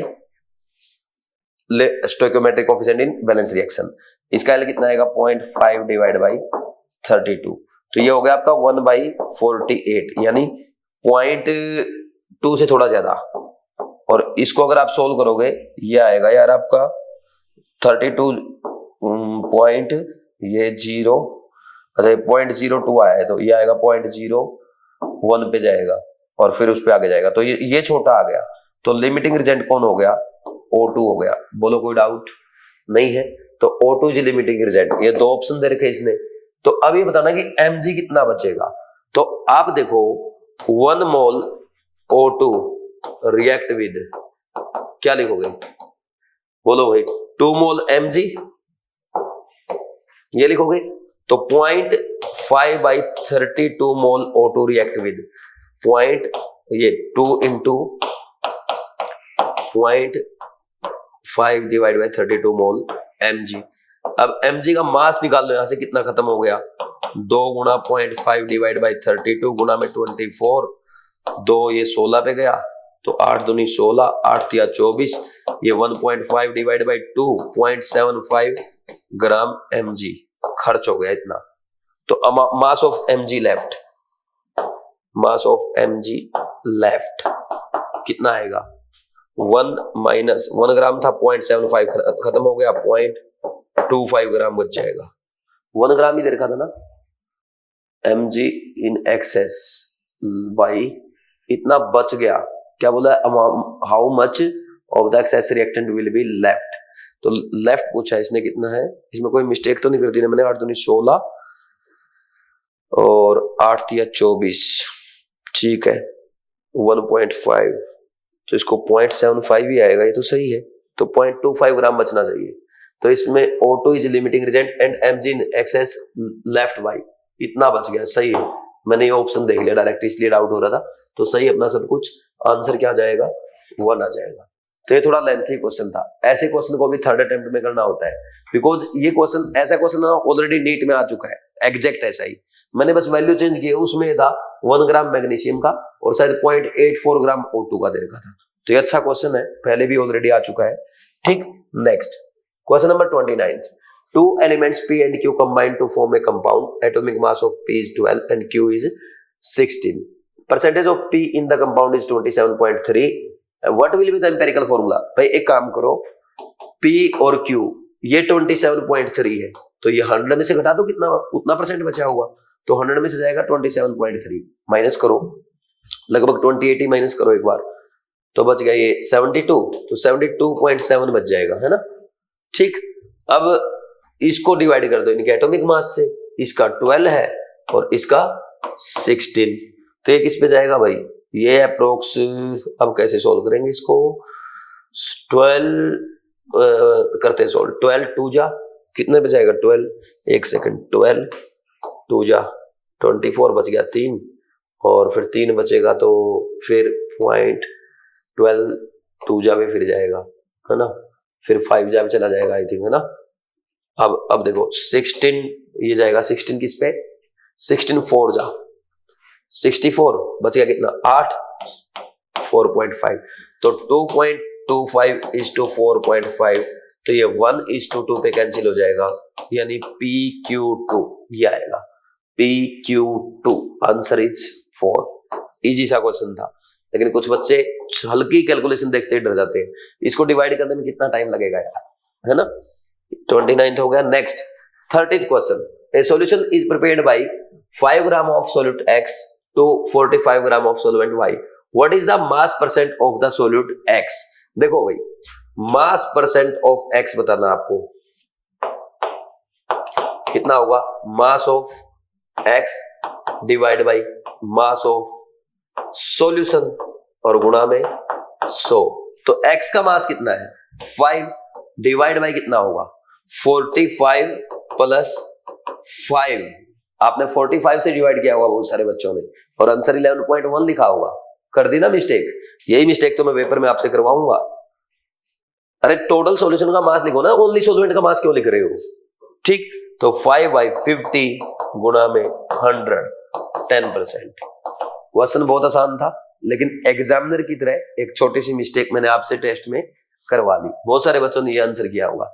ध्यान रखो भाई, अगर आपने ये मिस्टेक लिखी ना, उसको बस यहाँ पे लिख दो, मास ऑफ सॉल्यूशन लेना था, और मैंने क्या लिख दिया, मास ऑफ सॉल्वेंट लिख दिया ओनली। एक बार बस ये लाइन लिख दो, फिर आपको रिमाइंड हो जाएगा जब भी पेपर में आएगा ना, हाँ यार गलती करी थी ऐसे क्वेश्चन में, आगे से गलती नहीं होनी चाहिए। तो ऐसे अगर आप लिखोगे शॉर्ट में, अब इस क्वेश्चन में सोल्व करने में प्रॉब्लम थोड़ी है, आपने सिर्फ यह मिस्टेक करी ना, तो जो मिस्टेक करी वो करो, ये तो क्वेश्चन तो आपको आता है, कैलकुलेशन मिस्टेक हुई आपसे। ठीक, आप लिखना भूल गए सोल्यूट का मास वहां पे, बस वो लिखना है। ठीक, आंसर क्या आ जाएगा, 1 आ जाएगा। Question number 30। Next question number 31, how much oxygen is required for the complete combustion of 560 gram of ethene. भाई इथीन होता है आपका C2H4। ठीक, इसका मास कितना हो गया 28, तो 560/28 कितना आ गया 28 2 जा 20 मोल्स आ गए भाई इथीन के। ठीक, अब देखो रिएक्शन लिखो पहले कंबशन की, CO2 प्लस वाटर, ऐसे लिख लो, कार्बन जाएगा CO2 में, हाइड्रोजन जाएगा वाटर में। तो सबसे पहले कार्बन बैलेंस करते हैं, 2 कार्बन उधर, इधर भी 2 होने चाहिए, उधर 4 हाइड्रोजन एटम, इधर भी 4 होना चाहिए। तो अब लास्ट में करेंगे ऑक्सीजन बैलेंस, 2 दूनी 4 और 2 6, तो 6 ऑक्सीजन एटम, तो 3O2 आ जाएगा। अब क्या लिखना है कि उसने पूछा ऑक्सीजन कितना रिक्वायर है, तो आप पता क्या लिखोगे, 1 मोल C2H4 रिक्वायर 3 मोल O2।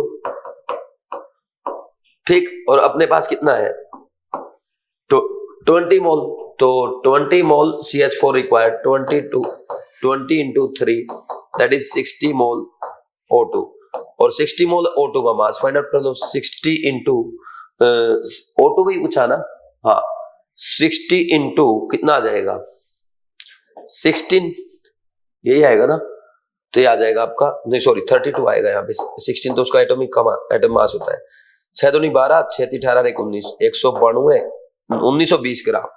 तो कौन सा आंसर आ रहा है, केजी में पूछेगा 1.92 kg आ जाएगा। आंसर 2। इस क्वेश्चन में भी थोड़ी सी कैलकुलेशन थी, थोड़ा इसको बाद में करो तो ज्यादा ही बेटर है, मतलब कम से कम सेकंड अटेम्प्ट में। ठीक, नेक्स्ट ये देखो भाई, 1 mole of a substance always contain the same number of entities no matter what the substance may be. मैं बोल रहा है कि कोई सी का भी 1 mole सब्सटेंस है उसमें नंबर ऑफ एंटिटी हमेशा सेम होगी। बिल्कुल सही बात है, 1 mole आपने किसी का भी लिया है उसमें एंटिटी कितनी आएगी? एंटिटी मतलब चाहे कुछ भी है, मॉलिक्यूल्स है।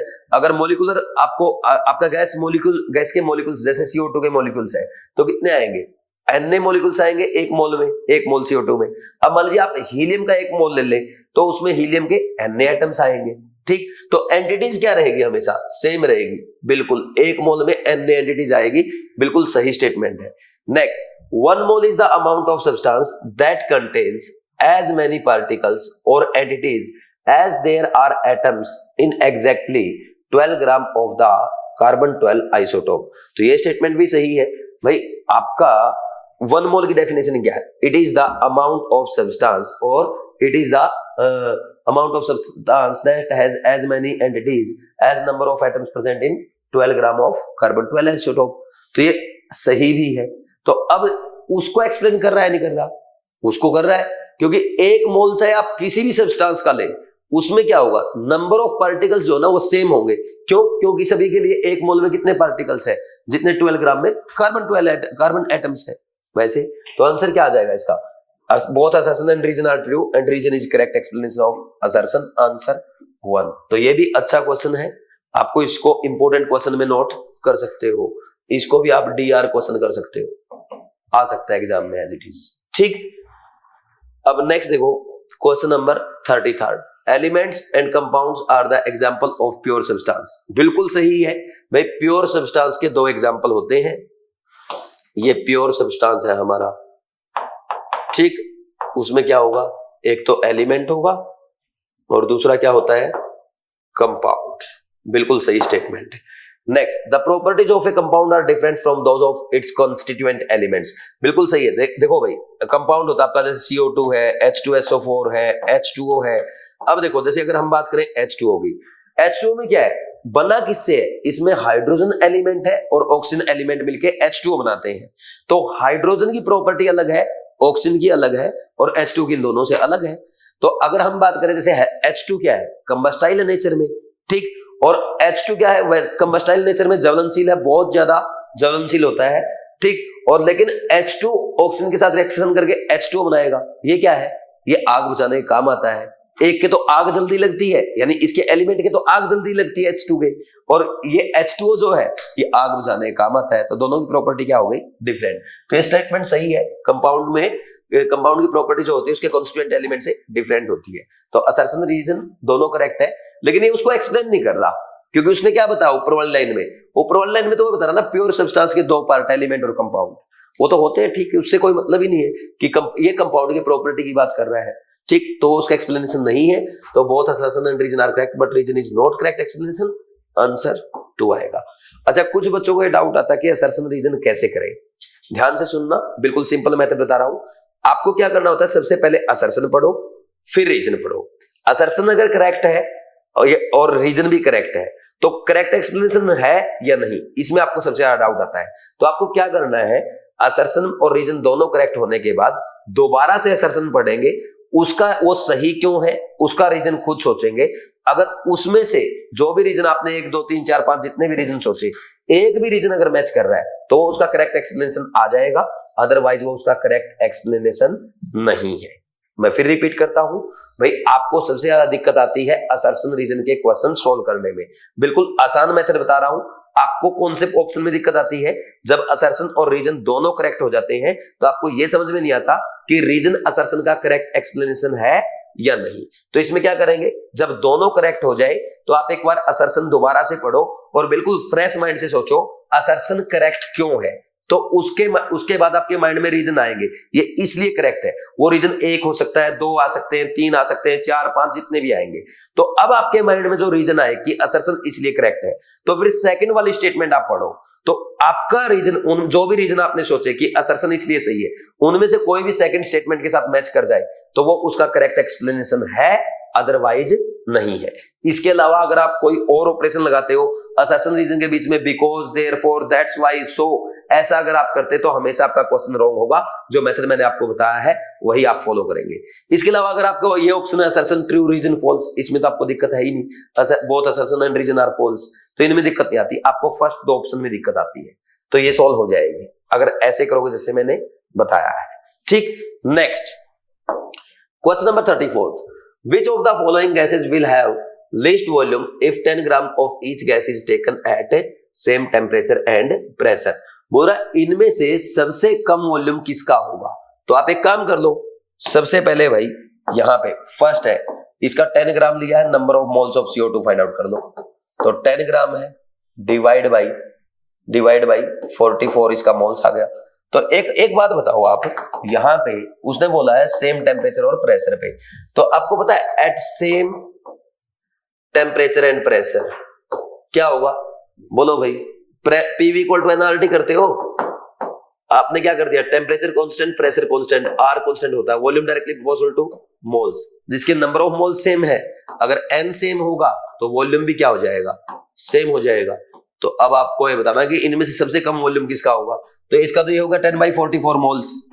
दूसरे का चेक करो, number of moles of N2 कितना आएगा, 10/28 मोल्स आ गया। थर्ड का चेक करो, इसका 10/16 आ जाएगा। अब फोर्थ का चेक करो, नंबर ऑफ मोल्स 10/35.5 आ जाएगा। अब इसने क्या बोला, लिस्ट वॉल्यूम किसका हुआ, तो जिसके मोल सबसे कम है उसका वॉल्यूम लिस्ट हो जाएगा। तो अब सबसे कम मोल्स किसके हैं, जिसका देखो सब में न्यूमरेटर सेम है 10 है, तो जिसका डेनोमिनेटर बड़ा है उसके नंबर ऑफ मोल्स कम हो जाएंगे, और इसके नंबर ऑफ मोल्स कम होंगे तो वॉल्यूम उसका लिस्ट हो जाएगा। मोल्स क्या है इसके, लिस्ट, इसके मोल्स है लिस्ट, तो वॉल्यूम भी हो जाएगा लिस्ट मोल्स हो गए इसमें, है ना, इसलिए इसका वॉल्यूम इनमें चारों में सबसे कम, आंसर 1। ठीक, कैसे, डायरेक्ट आप क्या करते हो, पूरा कैलकुलेट करते हो, पहले मोल्स फाइंड आउट करोगे पॉइंट्स में, फिर आप उसके ना 22.4 से मल्टीप्लाई करके वॉल्यूम फाइंड आउट करते हो। ऐसा कुछ भी नहीं करना होता है यार। आपको लिखा सेम टेम्परेचर और प्रेशर, सेम टेम्परेचर और प्रेशर पे equal volume of all gases contain equal number of equal volume of all gases contain equal number of moles. तो इक्वल मोल्स अगर हो जाएगा तो इसमें हम क्या बोलेंगे, इक्वल नंबर ऑफ मोल्स अगर हो जाएगा वॉल्यूम इक्वल हो गया। तो सबके मोल्स फाइंड आउट कर लो, और मोल्स को पूरा सोल्व मत करो, 10/44, 10/28, 10/16, 10/35.5। ठीक, तो आपने सोल्व किया, तो आपसे पूछा सबसे कम वॉल्यूम किसका होगा, जिसका वॉल्यूम सबसे कम उसके पास मोल्स भी क्या होंगे, सबसे कम होंगे। तो लिस्ट मोल्स किसके पास है, डेनोमिनेटर सब में सेम है, तो डेनोमिनेटर चेक करो, जिसका डेनोमिनेटर सबसे बड़ा उसके नंबर ऑफ मोल सबसे कम, जिसके नंबर ऑफ मोल सबसे कम उसका वॉल्यूम सबसे कम, आंसर 1 आ जाएगा। ऐसे करते हैं। ठीक, नेक्स्ट देखो question number 35, given below are few statements, mark the correct statement which is not correct. सबसे पहले इसमें देखो भाई, स्टेटमेंट कौन सी इनकरेक्ट है वो बताना है। Atoms are neither created nor destroyed in a chemical reaction, बिल्कुल सही स्टेटमेंट है। कभी भी एटम्स को आप रिएक्शन में ना तो डिस्ट्रॉय करते हो ना क्रिएट करते हो, बल्कि एटम्स क्या है भाई, अलग अलग एटम्स के साथ कंबाइन करके डिफरेंट कंपाउंड बनाते हैं, तो आप उनको क्रिएट या डिस्ट्रॉय नहीं कर सकते। Next, law of definite proportion states that A given compound always contains exactly the same proportion of element by weight. ये भी स्टेटमेंट बिल्कुल सही है। जैसे अगर इसका मतलब ये है, जैसे H2O है, H2O में हाइड्रोजन और ऑक्सीजन का जो वेट आएगा ना, वेट का जो रेशियो आएगा वो हमेशा 2:16 आएगा। चाहे आप ये रेन वाटर ले लें, ठीक, आप रेन वाटर ले लें, आप रिवर वाटर ले लें, आप USA का वाटर ले लें, ठीक, आप इंडिया का वाटर ले लें, पाकिस्तान का वाटर ले लें, किसी भी कंट्री का वाटर ले लें, तो आपका रेशियो सेम आएगा, सबका 2:16 यही लिखेंगे ना। तो लॉ ऑफ डेफिनेट प्रोपोर्शन यही कहता है भाई, आपका कंपाउंड का सोर्स ऑफ ओरिजिन कुछ भी हो या मेथड ऑफ प्रिपरेशन कुछ भी हो, तो उसके एलिमेंट्स का जो मास का रेशियो हमेशा फिक्स रहता है। बोलो कोई डाउट नहीं है, बिल्कुल सही स्टेटमेंट है। Next, Gay Lussac's law of chemical combination is valid for all substance.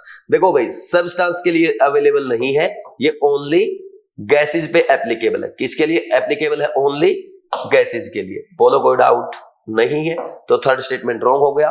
Fourth पढ़ो, a pure compound has always a fix proportion of masses of its constituent. ये बिल्कुल सही स्टेटमेंट है। जो प्योर सब्सटेंस है जैसे वाटर ही हो गया, तो इसमें क्या बोला इसने, इसके वाटर का मास जो है वो इसके एलिमेंट्स का मास, जैसे हाइड्रोजन और ऑक्सीजन का मास हमेशा क्या रहेगा, फिक्स रहेगा। बिल्कुल सही स्टेटमेंट है, यानी ये वही लाइन लिख रखी है जो आपके लॉ ऑफ डेफिनिट प्रोपोर्शन की है। ठीक, तो अब आंसर उसने क्या पूछा, इनकरेक्ट कौन सा है, इनकरेक्ट आपका थर्ड, आंसर थर्ड। ये वेरी इजी क्वेश्चन था। तो ये आपका सेक्शन ए कंप्लीट हो गया। अब 5 मिनट के 10 मिनट के रेस्ट के बाद मैं आपके लिए सेक्शन बी के क्वेश्चन एक्सप्लेन करूंगा। ठीक, अब नेक्स्ट देखो भाई, हम सेक्शन बी के क्वेश्चन करेंगे 36 से लेके 50 तक। अब इसमें आपको एग्जाम में 10 क्वेश्चन करने होते हैं 15 में से। आपके पास चॉइस होती है, आप 5 क्वेश्चन छोड़ सकते हो, तो थोड़ा स्मार्टली काम आपको यहाँ पे करना होता है। तो किसी भी क्वेश्चन में अगर आपको लगे ज्यादा लंबी कैलकुलेशन हो रही है, आप उसको उसी टाइम स्किप कर दें। कोशिश करें पहले 15 के 15 क्वेश्चन रीड जरूर कर लें, क्योंकि होता ये है कि आप पहले ही शुरू के क्वेश्चन में उलझे रहते हो और फिर आपको पता चलता है 49 और 50 तो यार एक एक लाइन के क्वेश्चन थे। तो इसलिए किसी भी क्वेश्चन पे आपको फंसना नहीं है। आपको अगर लग रहा है कि इसमें टाइम लगेगा, उसको स्किप करो, आगे बढ़ जाओ, क्योंकि हमें 15 में से 10 करने हैं, 15 के 15 नहीं करने हैं। ठीक, फिर इसके बाद देखो फॉर ए रिएक्शन, ये रिएक्शन दे रखी है, identify dihydrogen as a limiting agent in the following reaction mixer. किसमें लिमिटिंग एजेंट होगा डाइहाइड्रोजन आपका, ये आपको बताना। देखो बिल्कुल इजी क्वेश्चन है, N2 + 3H2 is converting into 2NH3। तो सबसे पहले आपको पता क्या फाइंड आउट करना होता है, मोल्स फाइंड आउट कर लो। मोल्स देखो यहाँ पे 14 ग्राम N2 है, तो 14/28 करोगे 0.5 मोल आ गए। 4 ग्राम हाइड्रोजन है, 4/2 करोगे कितना आ गया, यहाँ पे इसका 2 मोल आ जाएगा। अब हम क्या करते हैं, लिमिटिंग रिएजेंट फाइंड आउट करने के लिए L, उसको नंबर ऑफ मोल्स को किससे डिवाइड कर दो, स्टोइकियोमेट्रिक कोफिशिएंट से, बैलेंस केमिकल इक्वेशन में। तो इसका L कितना आएगा, 2/3, तो ये आ गया 0.66। तो छोटा जिसका L है वही आपका लिमिटिंग रिएजेंट है। तो LR कौन हो गया, N2। अब आपसे पूछ ये रहता कि LR मतलब किस में आपका H2LR होगा। दूसरा चेक करो, इसका 1 मोल, इसके ये कितना हो जाएगा, ये 3 मोल हो गया और उसका 1 मोल हो जाएगा। तो नंबर ऑफ मोल्स यहाँ पे 1 आ गया, यहाँ पे 3 मोल आ गया। तो अब L चेक करो, इसका 1/1 और उसका 3/3, यहाँ पे कोई LR है ही नहीं। फिर थर्ड में देखो नंबर ऑफ मोल चेक करो, ये 56 ग्राम 2 मोल, ये 5 मोल, तो नंबर ऑफ मोल्स इसके कितने आ गए, 2 मोल आ गए N2 के, H2 के आ जाएंगे 5 मोल। तो L चेक करो, अब आप L 2/1 = 2, और यहाँ पे आप चेक करोगे 5/3 = 1.66। तो ये आपका कम आ गया। तो लिमिटिंग रिएजेंट आपका क्या हो गया यहाँ पे, H2। तो उसने पूछा लिमिटिंग रिएजेंट H2 किस में होगा, थर्ड ऑप्शन में हो जाएगा। ये था क्वेश्चन नंबर 36। ठीक, आंसर कर लो third. Next, 5 mole of AB2 weight, इसका वेट दे रखा 125 × 10⁻³ kg and 10 mole of A2B2 weight, इसका दे दिया 300 × 10⁻³ kg। The molar mass of A and B in kg पर मोल रिस्पेक्टिवली। तो एक काम करो ना, 5 मोल्स का दे रखा है तो 1 मोल का लिख लो। 5 मोल का कितना है, AB2 का 125 × 10⁻³ है, तो 1 मोल का कितना हो जाएगा, 1 मोल AB2, ये आ जाएगा आपका 125 / 5, कितना आ जाएगा भाई, ये आ जाएगा आपका 25 × 10⁻³ ठीक।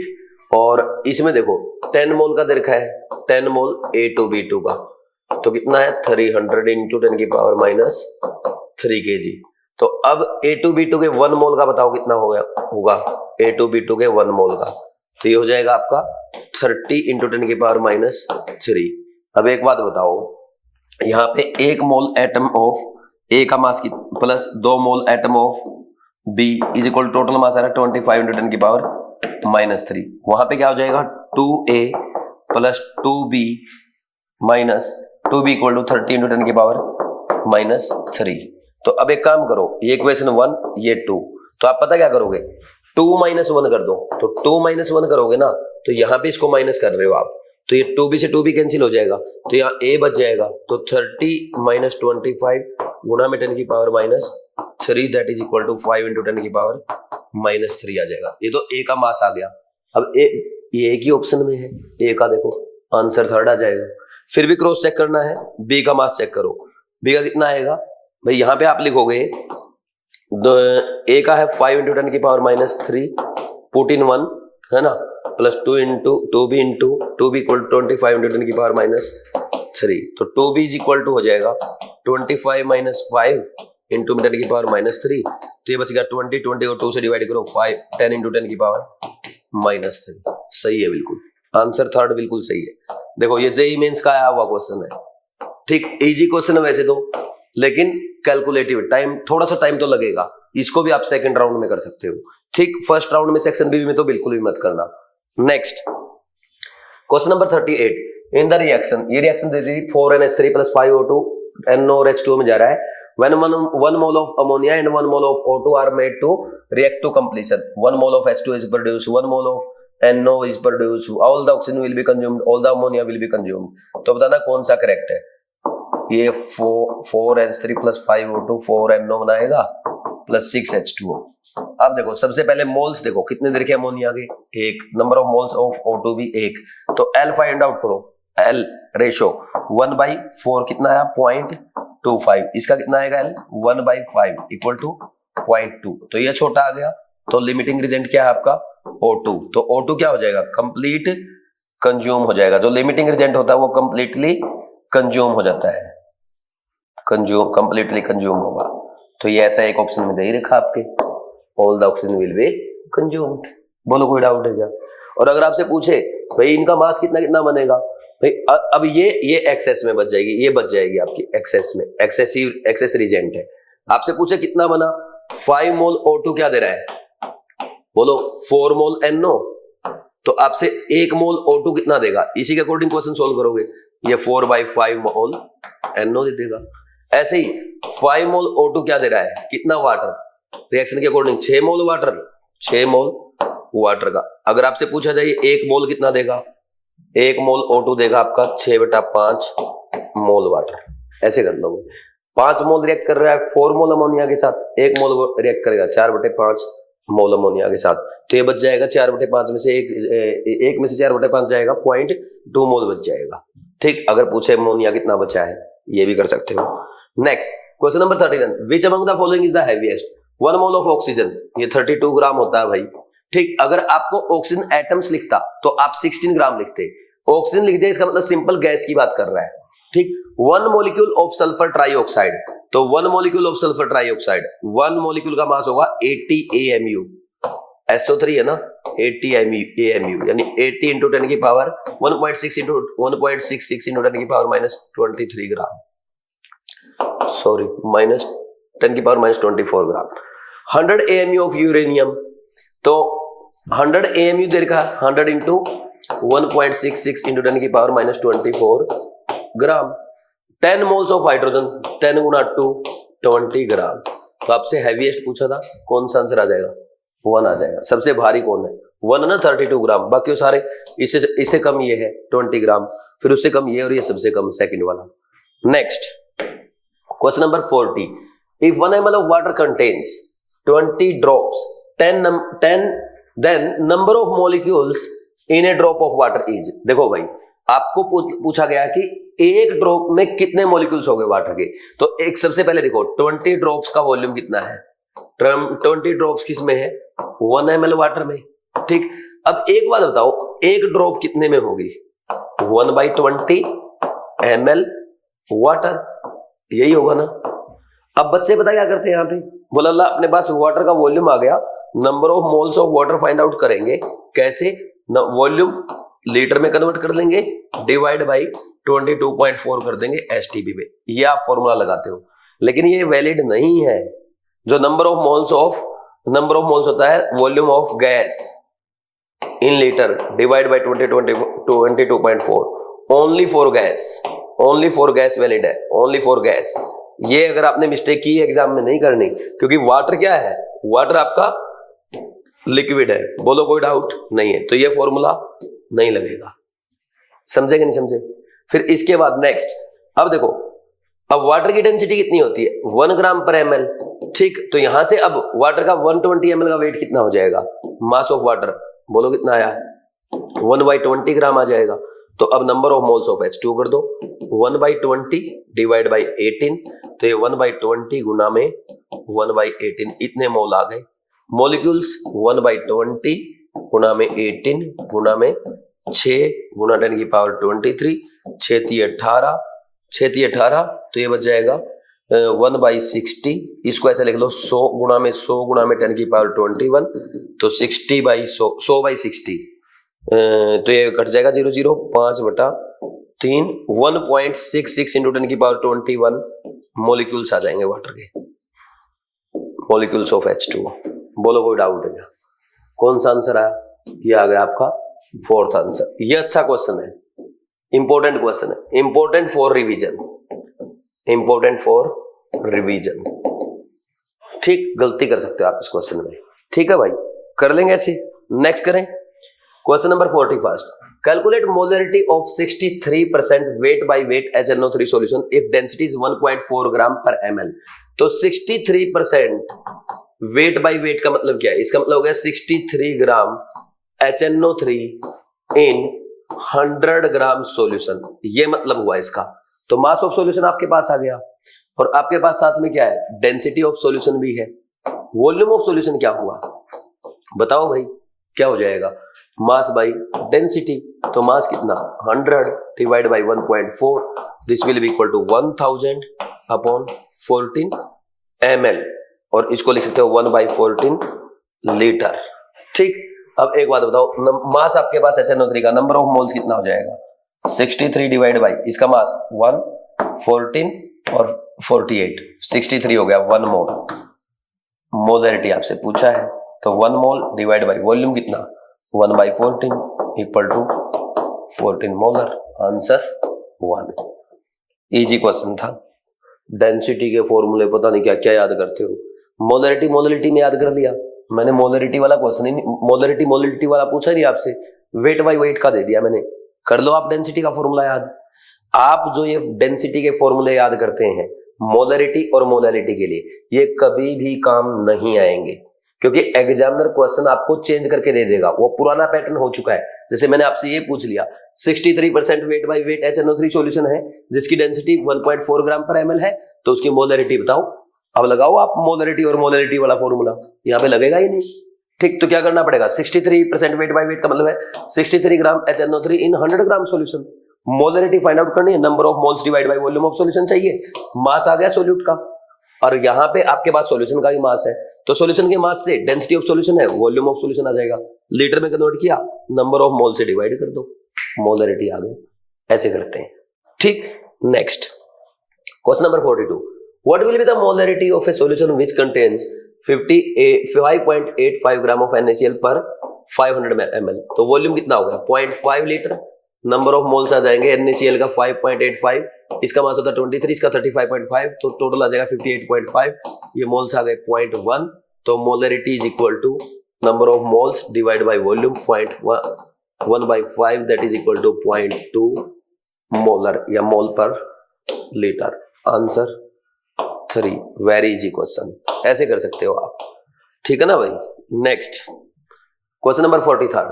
What is the mass percent of oxygen in ethanol. भाई इथेनॉल में आपको ये बताना कि ऑक्सीजन का मास परसेंट कितना है। मास परसेंट ऑफ ऑक्सीजन कितना आएगा भाई? 16 तो ऑक्सीजन का मास है, और एक इथेनॉल का मास कितना होता है? टोटल 46 होता है। डिवाइड बाय 46 मल्टीप्लाई बाय 100 आ जाएगा। तो ऑप्शन देखो काफी दूर दूर है, तो मैं आपको एक तरीका बताता हूं। आप अगर इसको 50 मान लेते हैं, ये 50 दूनी 100 पे 2 पे कट जाएगा, 50 दूनी 100। ठीक, तो 2 पे कट गया, और ये 50 से थोड़ा कम है तो 2 पॉइंट समथिंग आएगा, तो यहाँ पे 2 पॉइंट समथिंग आ जाएगा जब आप इसको कैंसिल करोगे। तो 16 2 32 से थोड़ा बड़ा आएगा। कौन सा ऑप्शन है? 34.78%। ऐसे कैलकुलेशन करते हैं। तो कैलकुलेशन भी सारी मैं सिखाऊंगा आपको वीडियो सॉल्यूशन के थ्रू, बस आप तो फॉलो करते चलो। Next question number 41। Which mode of concentration does not change with temperature. देखो भाई, अगर किसी भी कंसंट्रेशन टर्म में वॉल्यूम आ रही है वो टेम्परेचर के साथ चेंज होगी। तो वॉल्यूम क्या होता है? Volume change with temperature. ठीक, अब देखो पहला देखो मोलरिटी में क्या है? Molarity number of moles by volume, temperature पे डिपेंडेंट है। दूसरा normality, number of equivalents divide by volume of solution, temperature पे डिपेंडेंट है। तीसरा मोलैलिटी होता है number of moles of solute divide by weight of solvent, कहीं पे वॉल्यूम टर्म नहीं आ रही, तो टेम्परेचर पे डिपेंडेंट नहीं है, तो टेम्परेचर से इंडिपेंडेंट है। ऑल ऑफ दिस आंसर आएगा नहीं, थर्ड आंसर आ जाएगा, आंसर थर्ड इज करेक्ट। ठीक, 44th हो गया। नेक्स्ट 45th असर्शन रीजन है। असर्शन में 1 atomic mass unit is defined as 1/12 of the mass of 1 carbon 12 atom. बिल्कुल सही है भाई, एटॉमिक मास यूनिट जो है भाई वो एएमयू में क्या होता है, अभी मैंने थोड़ी देर पहले भी आपको बताया था, 1/12 of mass of carbon 12 atom. अब कार्बन 12 एटम यहां पे क्या है भाई, कार्बन 12 एटम आपका ये स्टैंडर्ड एटम है। स्टैंडर्ड एटम क्यों लिया गया, क्योंकि देखो एक तो ये इजीली अवेलेबल है और अबंडेंस में पाया जाता है। क्यों पाया जाता है, क्योंकि ये है ना किसी के साथ रिएक्ट नहीं करता है इजीली। ठीक, और ऐसा भी नहीं कि रिएक्ट बिल्कुल भी नहीं करता, इनर्ट है, लेकिन इजीली रिएक्ट नहीं करता। जैसे अगर हम यहाँ पे हाइड्रोजन को स्टैंडर्ड एटम ले लें, हाइड्रोजन हाईली रिएक्टिव होता है, जिसको देखे उसी के साथ रिएक्ट कर जाए वो।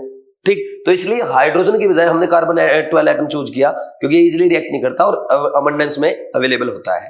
ठीक, एक इसका मेजर रीजन ये भी होता है कि भाई जो आपका कार्बन 12 एटम का 1/12 मास लिया गया, तो ये जो इसका मास आया ये इक्विवेलेंट टू हाइड्रोजन आया, जो कि हमारा लाइटेस्ट एटम होता है। तो लाइटेस्ट एटम का ये हाइड्रोजन के इक्वल आ रहा है मास इसका, तो इसलिए भी इसको कार्बन 12 को स्टैंडर्ड एटम कंसीडर किया गया है। ठीक, तो असर्शन ठीक हो गया, असर्शन करेक्ट है। रीजन देखो, carbon 12 isotope is the most abundant isotope of carbon and has been chosen as standard. बिल्कुल सही बात है। देखो कार्बन 12 में भी कार्बन 12 को इसलिए लिया गया है क्योंकि वो क्या है, मोस्ट अबंडेंट है और ये स्टैंडर्ड एटम कंसीडर किया जाता है, इसलिए ये स्टेटमेंट भी सही है और ये इसका एक्सप्लेनेशन भी है। Reason explain assertion. ठीक, रीजन एक्सप्लेन असर्शन, यहां पे रीजन असर्शन को एक्सप्लेन कर रहा है। दोनों ही रीजन सही है, इसने स्टैंडर्ड जो वर्ड यूज किया है इसके कारण इसका एग्जैक्ट करेक्ट एक्सप्लेनेशन हो जाता है। ठीक, तो ये ध्यान रखना आपको। तो आंसर क्या आ जाएगा इसका, आंसर आ जाएगा both assertion and reason are correct and reason is correct explanation of assertion. ध्यान रखना, एग्जामिनर इनको उल्टे सीधे भी कर देता है। कहीं सोचो सर जैसे देते थे एग्जामिनर भी वैसे ही देगा, एग्जामिनर इंटरचेंज कर सकता है इनको। Next 46th question, assertion components of A homogeneous mixture can be separated by using physical method. बिल्कुल सही बात है। जैसे आपने क्या किया, पानी लिया और पानी में नमक मिला दो, तो पानी और नमक को मिलाया ये बनेगा होमोजेनियस मिक्सचर, या पानी और चीनी को मिला दो ये भी होमोजेनियस मिक्सचर बनता है। क्या अब हम पानी और चीनी को या पानी और नमक को अलग कर सकते हैं फिजिकल मेथड से? फिजिकल मेथड का मतलब हो गया बॉइलिंग करके, या आप उसको क्या कर सकते, बॉइलिंग कर सकते हो, या कूलिंग करके, या क्रिस्टलाइजेशन करके। तो देखो जब आप सॉल्यूशन बनाएंगे वाटर का और चीनी का, तो उसको अगर आप बॉयल कर देंगे वाटर वेपर्स बन के उड़ जाएगा और नीचे चीनी रह जाएगी। तो दोनों कंपोनेंट को, होमोजेनियस मिक्सचर के कंपोनेंट को आपने फिजिकल मेथड से सेपरेट कर दिया, असर्शन बिल्कुल सही है। Next, composition of homogeneous mixture is uniform throughout as the components react to form a single compound. ये स्टेटमेंट गलत हो गया। देखो जो कंसंट्रेशन है, जो कंपोजिशन है, वो थ्रू आउट क्या होती है, यूनिफॉर्म होती है। लेकिन यूनिफॉर्म होती है क्योंकि होमोजेनियस मिक्सचर बनता है, ना कि वो रिएक्ट करते हैं। पानी और चीनी रिएक्ट थोड़ा कर रहा है, पानी और चीनी रिएक्ट कर देगा तो नया कंपाउंड बन जाएगा, फिर उसको आप सेपरेट कैसे करोगे फिजिकल मेथड से? तो ये रॉन्ग स्टेटमेंट हो गई, असर्शन राइट, रीजन रॉन्ग। तो आंसर क्या आ जाएगा, थर्ड आ जाएगा। ये 46 इजी क्वेश्चन था। ठीक, समझे? इस पे ध्यान देना है, रिएक्ट नहीं करेगा, वो रिएक्ट नहीं कर रहा है, ये मिस्टेक करवाई आपसे। बोलो कोई डाउट है क्या? रिएक्ट थोड़ा करेगा जब आप मिक्सर बनाते हो, रिएक्ट तो रिएक्शंस में होता है, मिक्सर तो आप बस उसको मिक्स कर रहे हो। ठीक, नेक्स्ट देखो 47, at NTP 1 liter of O2 react with 3 liter of carbon monoxide, what will be the volume of CO and CO2 after the reaction? देखो इसने दिया है CO गैस है और O2 गैस है, ये दोनों रिएक्ट करके CO2 बना रही है। तो रिएक्शन को बैलेंस करने के लिए 2CO ले लो, ये 2CO2 बन जाएगा, रिएक्शन हो गई बैलेंस। अब इसका 3 लीटर दे रखा है, इसका 1 लीटर दे रखा है और एनटीपी दे दिया। तो एनटीपी अगर है तो एनटीपी पे टेम्परेचर और प्रेशर क्या हो गया, कांस्टेंट हो गया। तो अगर टेम्परेचर प्रेशर कांस्टेंट हो जाए, volume directly proportional two moles होता है, और जहां पे मोल्स को आप यूज करते हो वहीं पे वॉल्यूम की टर्म्स में क्वेश्चन सोल्व कर सकते हो। ठीक, तो गैसियस रिएक्शन के क्वेश्चन हम डायरेक्ट वॉल्यूम की टर्म में भी सोल्व करते हैं। तो यहाँ पे जब आपको एलआर फाइंड आउट करना, लिमिटिंग रिजल्ट फाइंड आउट करना है, तो क्या करो, वॉल्यूम को डायरेक्ट स्टोइकियोमेट्री से डिवाइड कर दो। ये कर दिया, इसका आया 1.5, इसका आया 1, तो इसका कम है, तो एलआर कौन हुआ, O2, तो O2 के अकॉर्डिंग क्वेश्चन सॉल्व होगा। तो अब आप लिखोगे 1 लीटर O2 क्या देता है, 2 लीटर CO2, और आपने रिएक्शन में भी 1 लीटर दिया था, तो CO2 तो कितना बनेगा, 2 लीटर। तो अब आप क्या लिखोगे, 1 litre O2 react with 2 litre CO, ठीक। तो 2 लीटर CO के साथ रिएक्ट करेगा, तो CO लेफ्ट कितना आ जाएगा, CO लेफ्ट कितना था इनिशियल 3 था, 2 रिएक्ट कर गया, कितना बच गया, 1 लीटर बच गया। तो 1 लीटर तो CO और 2 लीटर CO2 कौन से ऑप्शन में, 1 litre CO and 2 litre CO2, option 4। Answer क्या आ जाएगा, 4 आ जाएगा। समझे कि नहीं समझे, आसान क्वेश्चन।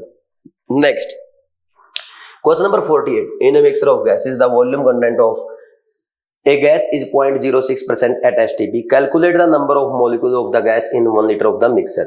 वो बोल रहा है गैस आपकी कितनी है भाई, 0.06% है, तो 100 लीटर मिक्सर अगर लेंगे तो हमारी जो गैस है ना, तो उसमें 100 लीटर मिक्सर में आप क्या बोलोगे, हमारी गैस कितनी है, 1 लीटर है, ठीक। 1 लीटर अपनी गैस हो जाएगी, सॉरी परसेंट दे रखा है, 0.06 लीटर है, ठीक। तो अब एक बात बताओ, 1 लीटर में कितनी होगी, 1 लीटर में कितनी होगी, 0.06 divide by 100, that is 6 into 10 की पावर माइनस 4 लीटर। तो इतना अपना गैस का वॉल्यूम आ गया एसटीपी पे। तो उसने क्या पूछा है, नंबर ऑफ मॉलिक्यूल्स पूछा है, तो सबसे पहले number of moles of gas find out करो। तो 6 इंटू 10 की पावर माइनस 4 डिवाइड बाई क्या आ जाएगा, डिवाइड बाई गैस का, तो ये 22.4 से डिवाइड कर देंगे एसटीपी पे, तो ये मोल्स आ गया। तो अब मोल से आप क्या कर दोगे, वॉल्यूम फाइंड आउट करना है, तो क्या करोगे, मॉलिक्यूल्स फाइंड आउट करना है, 6 इंटू 10 की power minus 4 divide by 22.4 into 6 into 10 की पावर 23 मॉलिक्यूल्स आ जाएंगे गैस के। समझ आया कि नहीं यार, बस सोल्व कर दो। तो उसने कैलकुलेशन भी करके दे रखा है, तो इसको 36 लिख दो, 36 डिवाइड बाई 22.4 गुणा में 10 की पावर 19, तो इसको सोल्व करो। ये 22 मान लो, इसको लगभग 1 पे जाएगा, 22.4 बन जा 22.4, बच गया कितना, यह बच जाएगा लगभग 13 पॉइंट समथिंग, तो 13 पॉइंट समथिंग 1.226 जा होता है, 226 जा होता है 132, तो 1.5 पे बोल दिया, 1.6 पे, इतने में जाएगा, इतने मॉलिक्यूल्स आ जाएगा। कौन सा आंसर आ रहा चेक करो, वैसे भी 10 की पावर 19 एक ही ऑप्शन में है, 4th आंसर आ जाएगा। Very easy question. मैं फिर बता देता हूं आपको एक बार क्या किया है।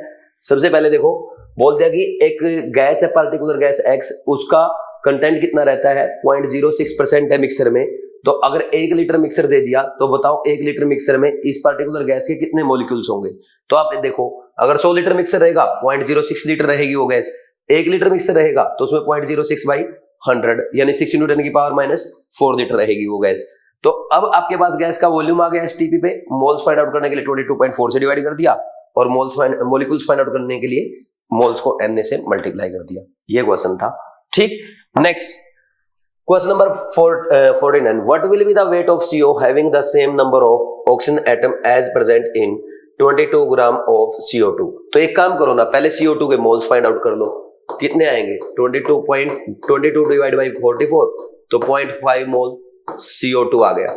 अब 0.5 मोल CO2 का मतलब 0.5 NaCO2 मॉलिक्यूल्स, और CO2 के एक मॉलिक्यूल में ऑक्सीजन के कितने एटम है, 2, तो 2 इंटू 0.5 Na ऑक्सीजन एटम्स, यानी आप बोल सकते हो यहां से Na ऑक्सीजन एटम है आपके, और जितने ऑक्सीजन एटम यहाँ पे CO2 के सैंपल में है उतने ही आपके CO के सैंपल में है। तो number of oxygen atom in CO is equal to number of oxygen atom in, बोलो कितने, 22 ग्राम CO2 कितना आया है, Na आ गया। अब एक बात बताओ, 1 ऑक्सीजन एटम किसमें है, 1 ऑक्सीजन एटम इन 1 CO मॉलिक्यूल में। तो एक बात बताओ अब आप मेरे को, अगर एक CO मॉलिक्यूल में एक एटम है ऑक्सीजन का, तो Na ऑक्सीजन एटम किस में होंगे, NaCO मॉलिक्यूल्स में होंगे। तो CO के मॉलिक्यूल्स आ गए, number of moles of CO find out कर दो, Na बाई Na कितना आ गया, 1 मोल CO, और 1 मोल CO का मतलब 28 ग्राम CO। तो बताओ भाई कौन सा आंसर आ गया, फर्स्ट आ जाएगा, ठीक। अरे सिंपल सी बात है, आपको 22 ग्राम CO2 दे दी, बोल दिया 22 ग्राम CO2 में जितने ऑक्सीजन के एटम्स है ना उतने ही CO में है।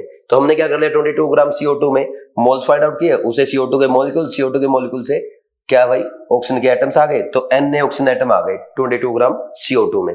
तो N एटम्स इतने ही CO में है।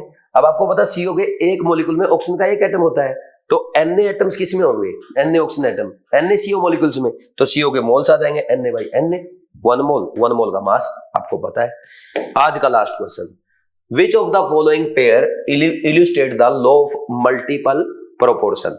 देखो भाई, लॉ ऑफ मल्टीपल प्रोपोर्शन क्या कहता है, जब दो एलिमेंट डिफरेंट कंपाउंड बनाने के लिए एक एलिमेंट का फिक्स मास दूसरे एलिमेंट के डिफरेंट मासेस से रिएक्ट करता है, तो ये जो डिफरेंट मासेस है ये क्या आएंगे, एक होल रेशियो में आएंगे।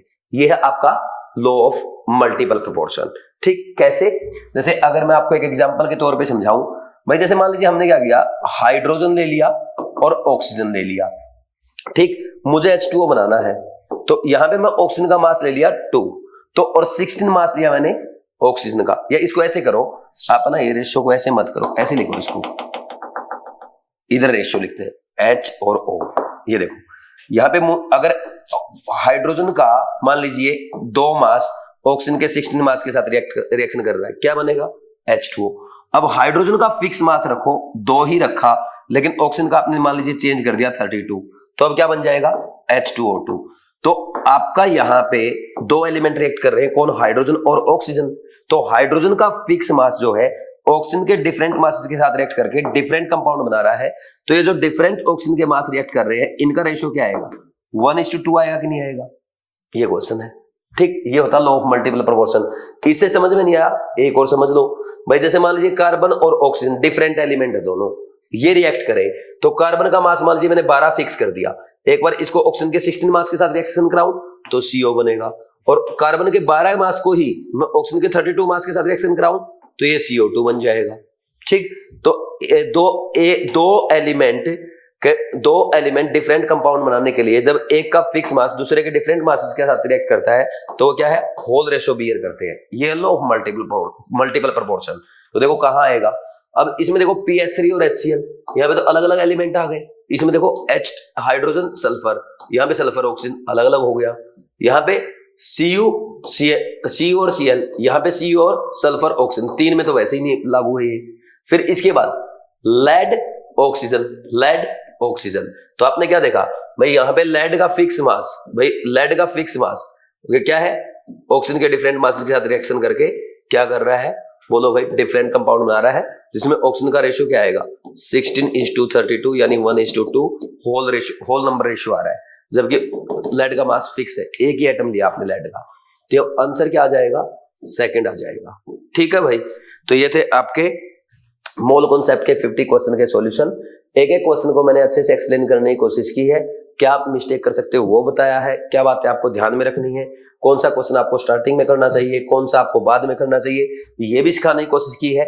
हर टेस्ट में आपको कुछ ना कुछ सिखाता रहूंगा, आप सीखते रहेंगे, अपनी मिस्टेक को नोट करते रहेंगे, उनको बार बार रिवाइज करते रहेंगे, तो डेफिनेटली एक दिन हम नीट एग्जाम क्वालिफाई करके, एक दिन नहीं इसी बार क्वालिफाई करके अपने ड्रीम कॉलेज में जाएंगे, अच्छे डॉक्टर बनके हमारे देश की, समाज की, गरीबों की भलाई के लिए काम करेंगे।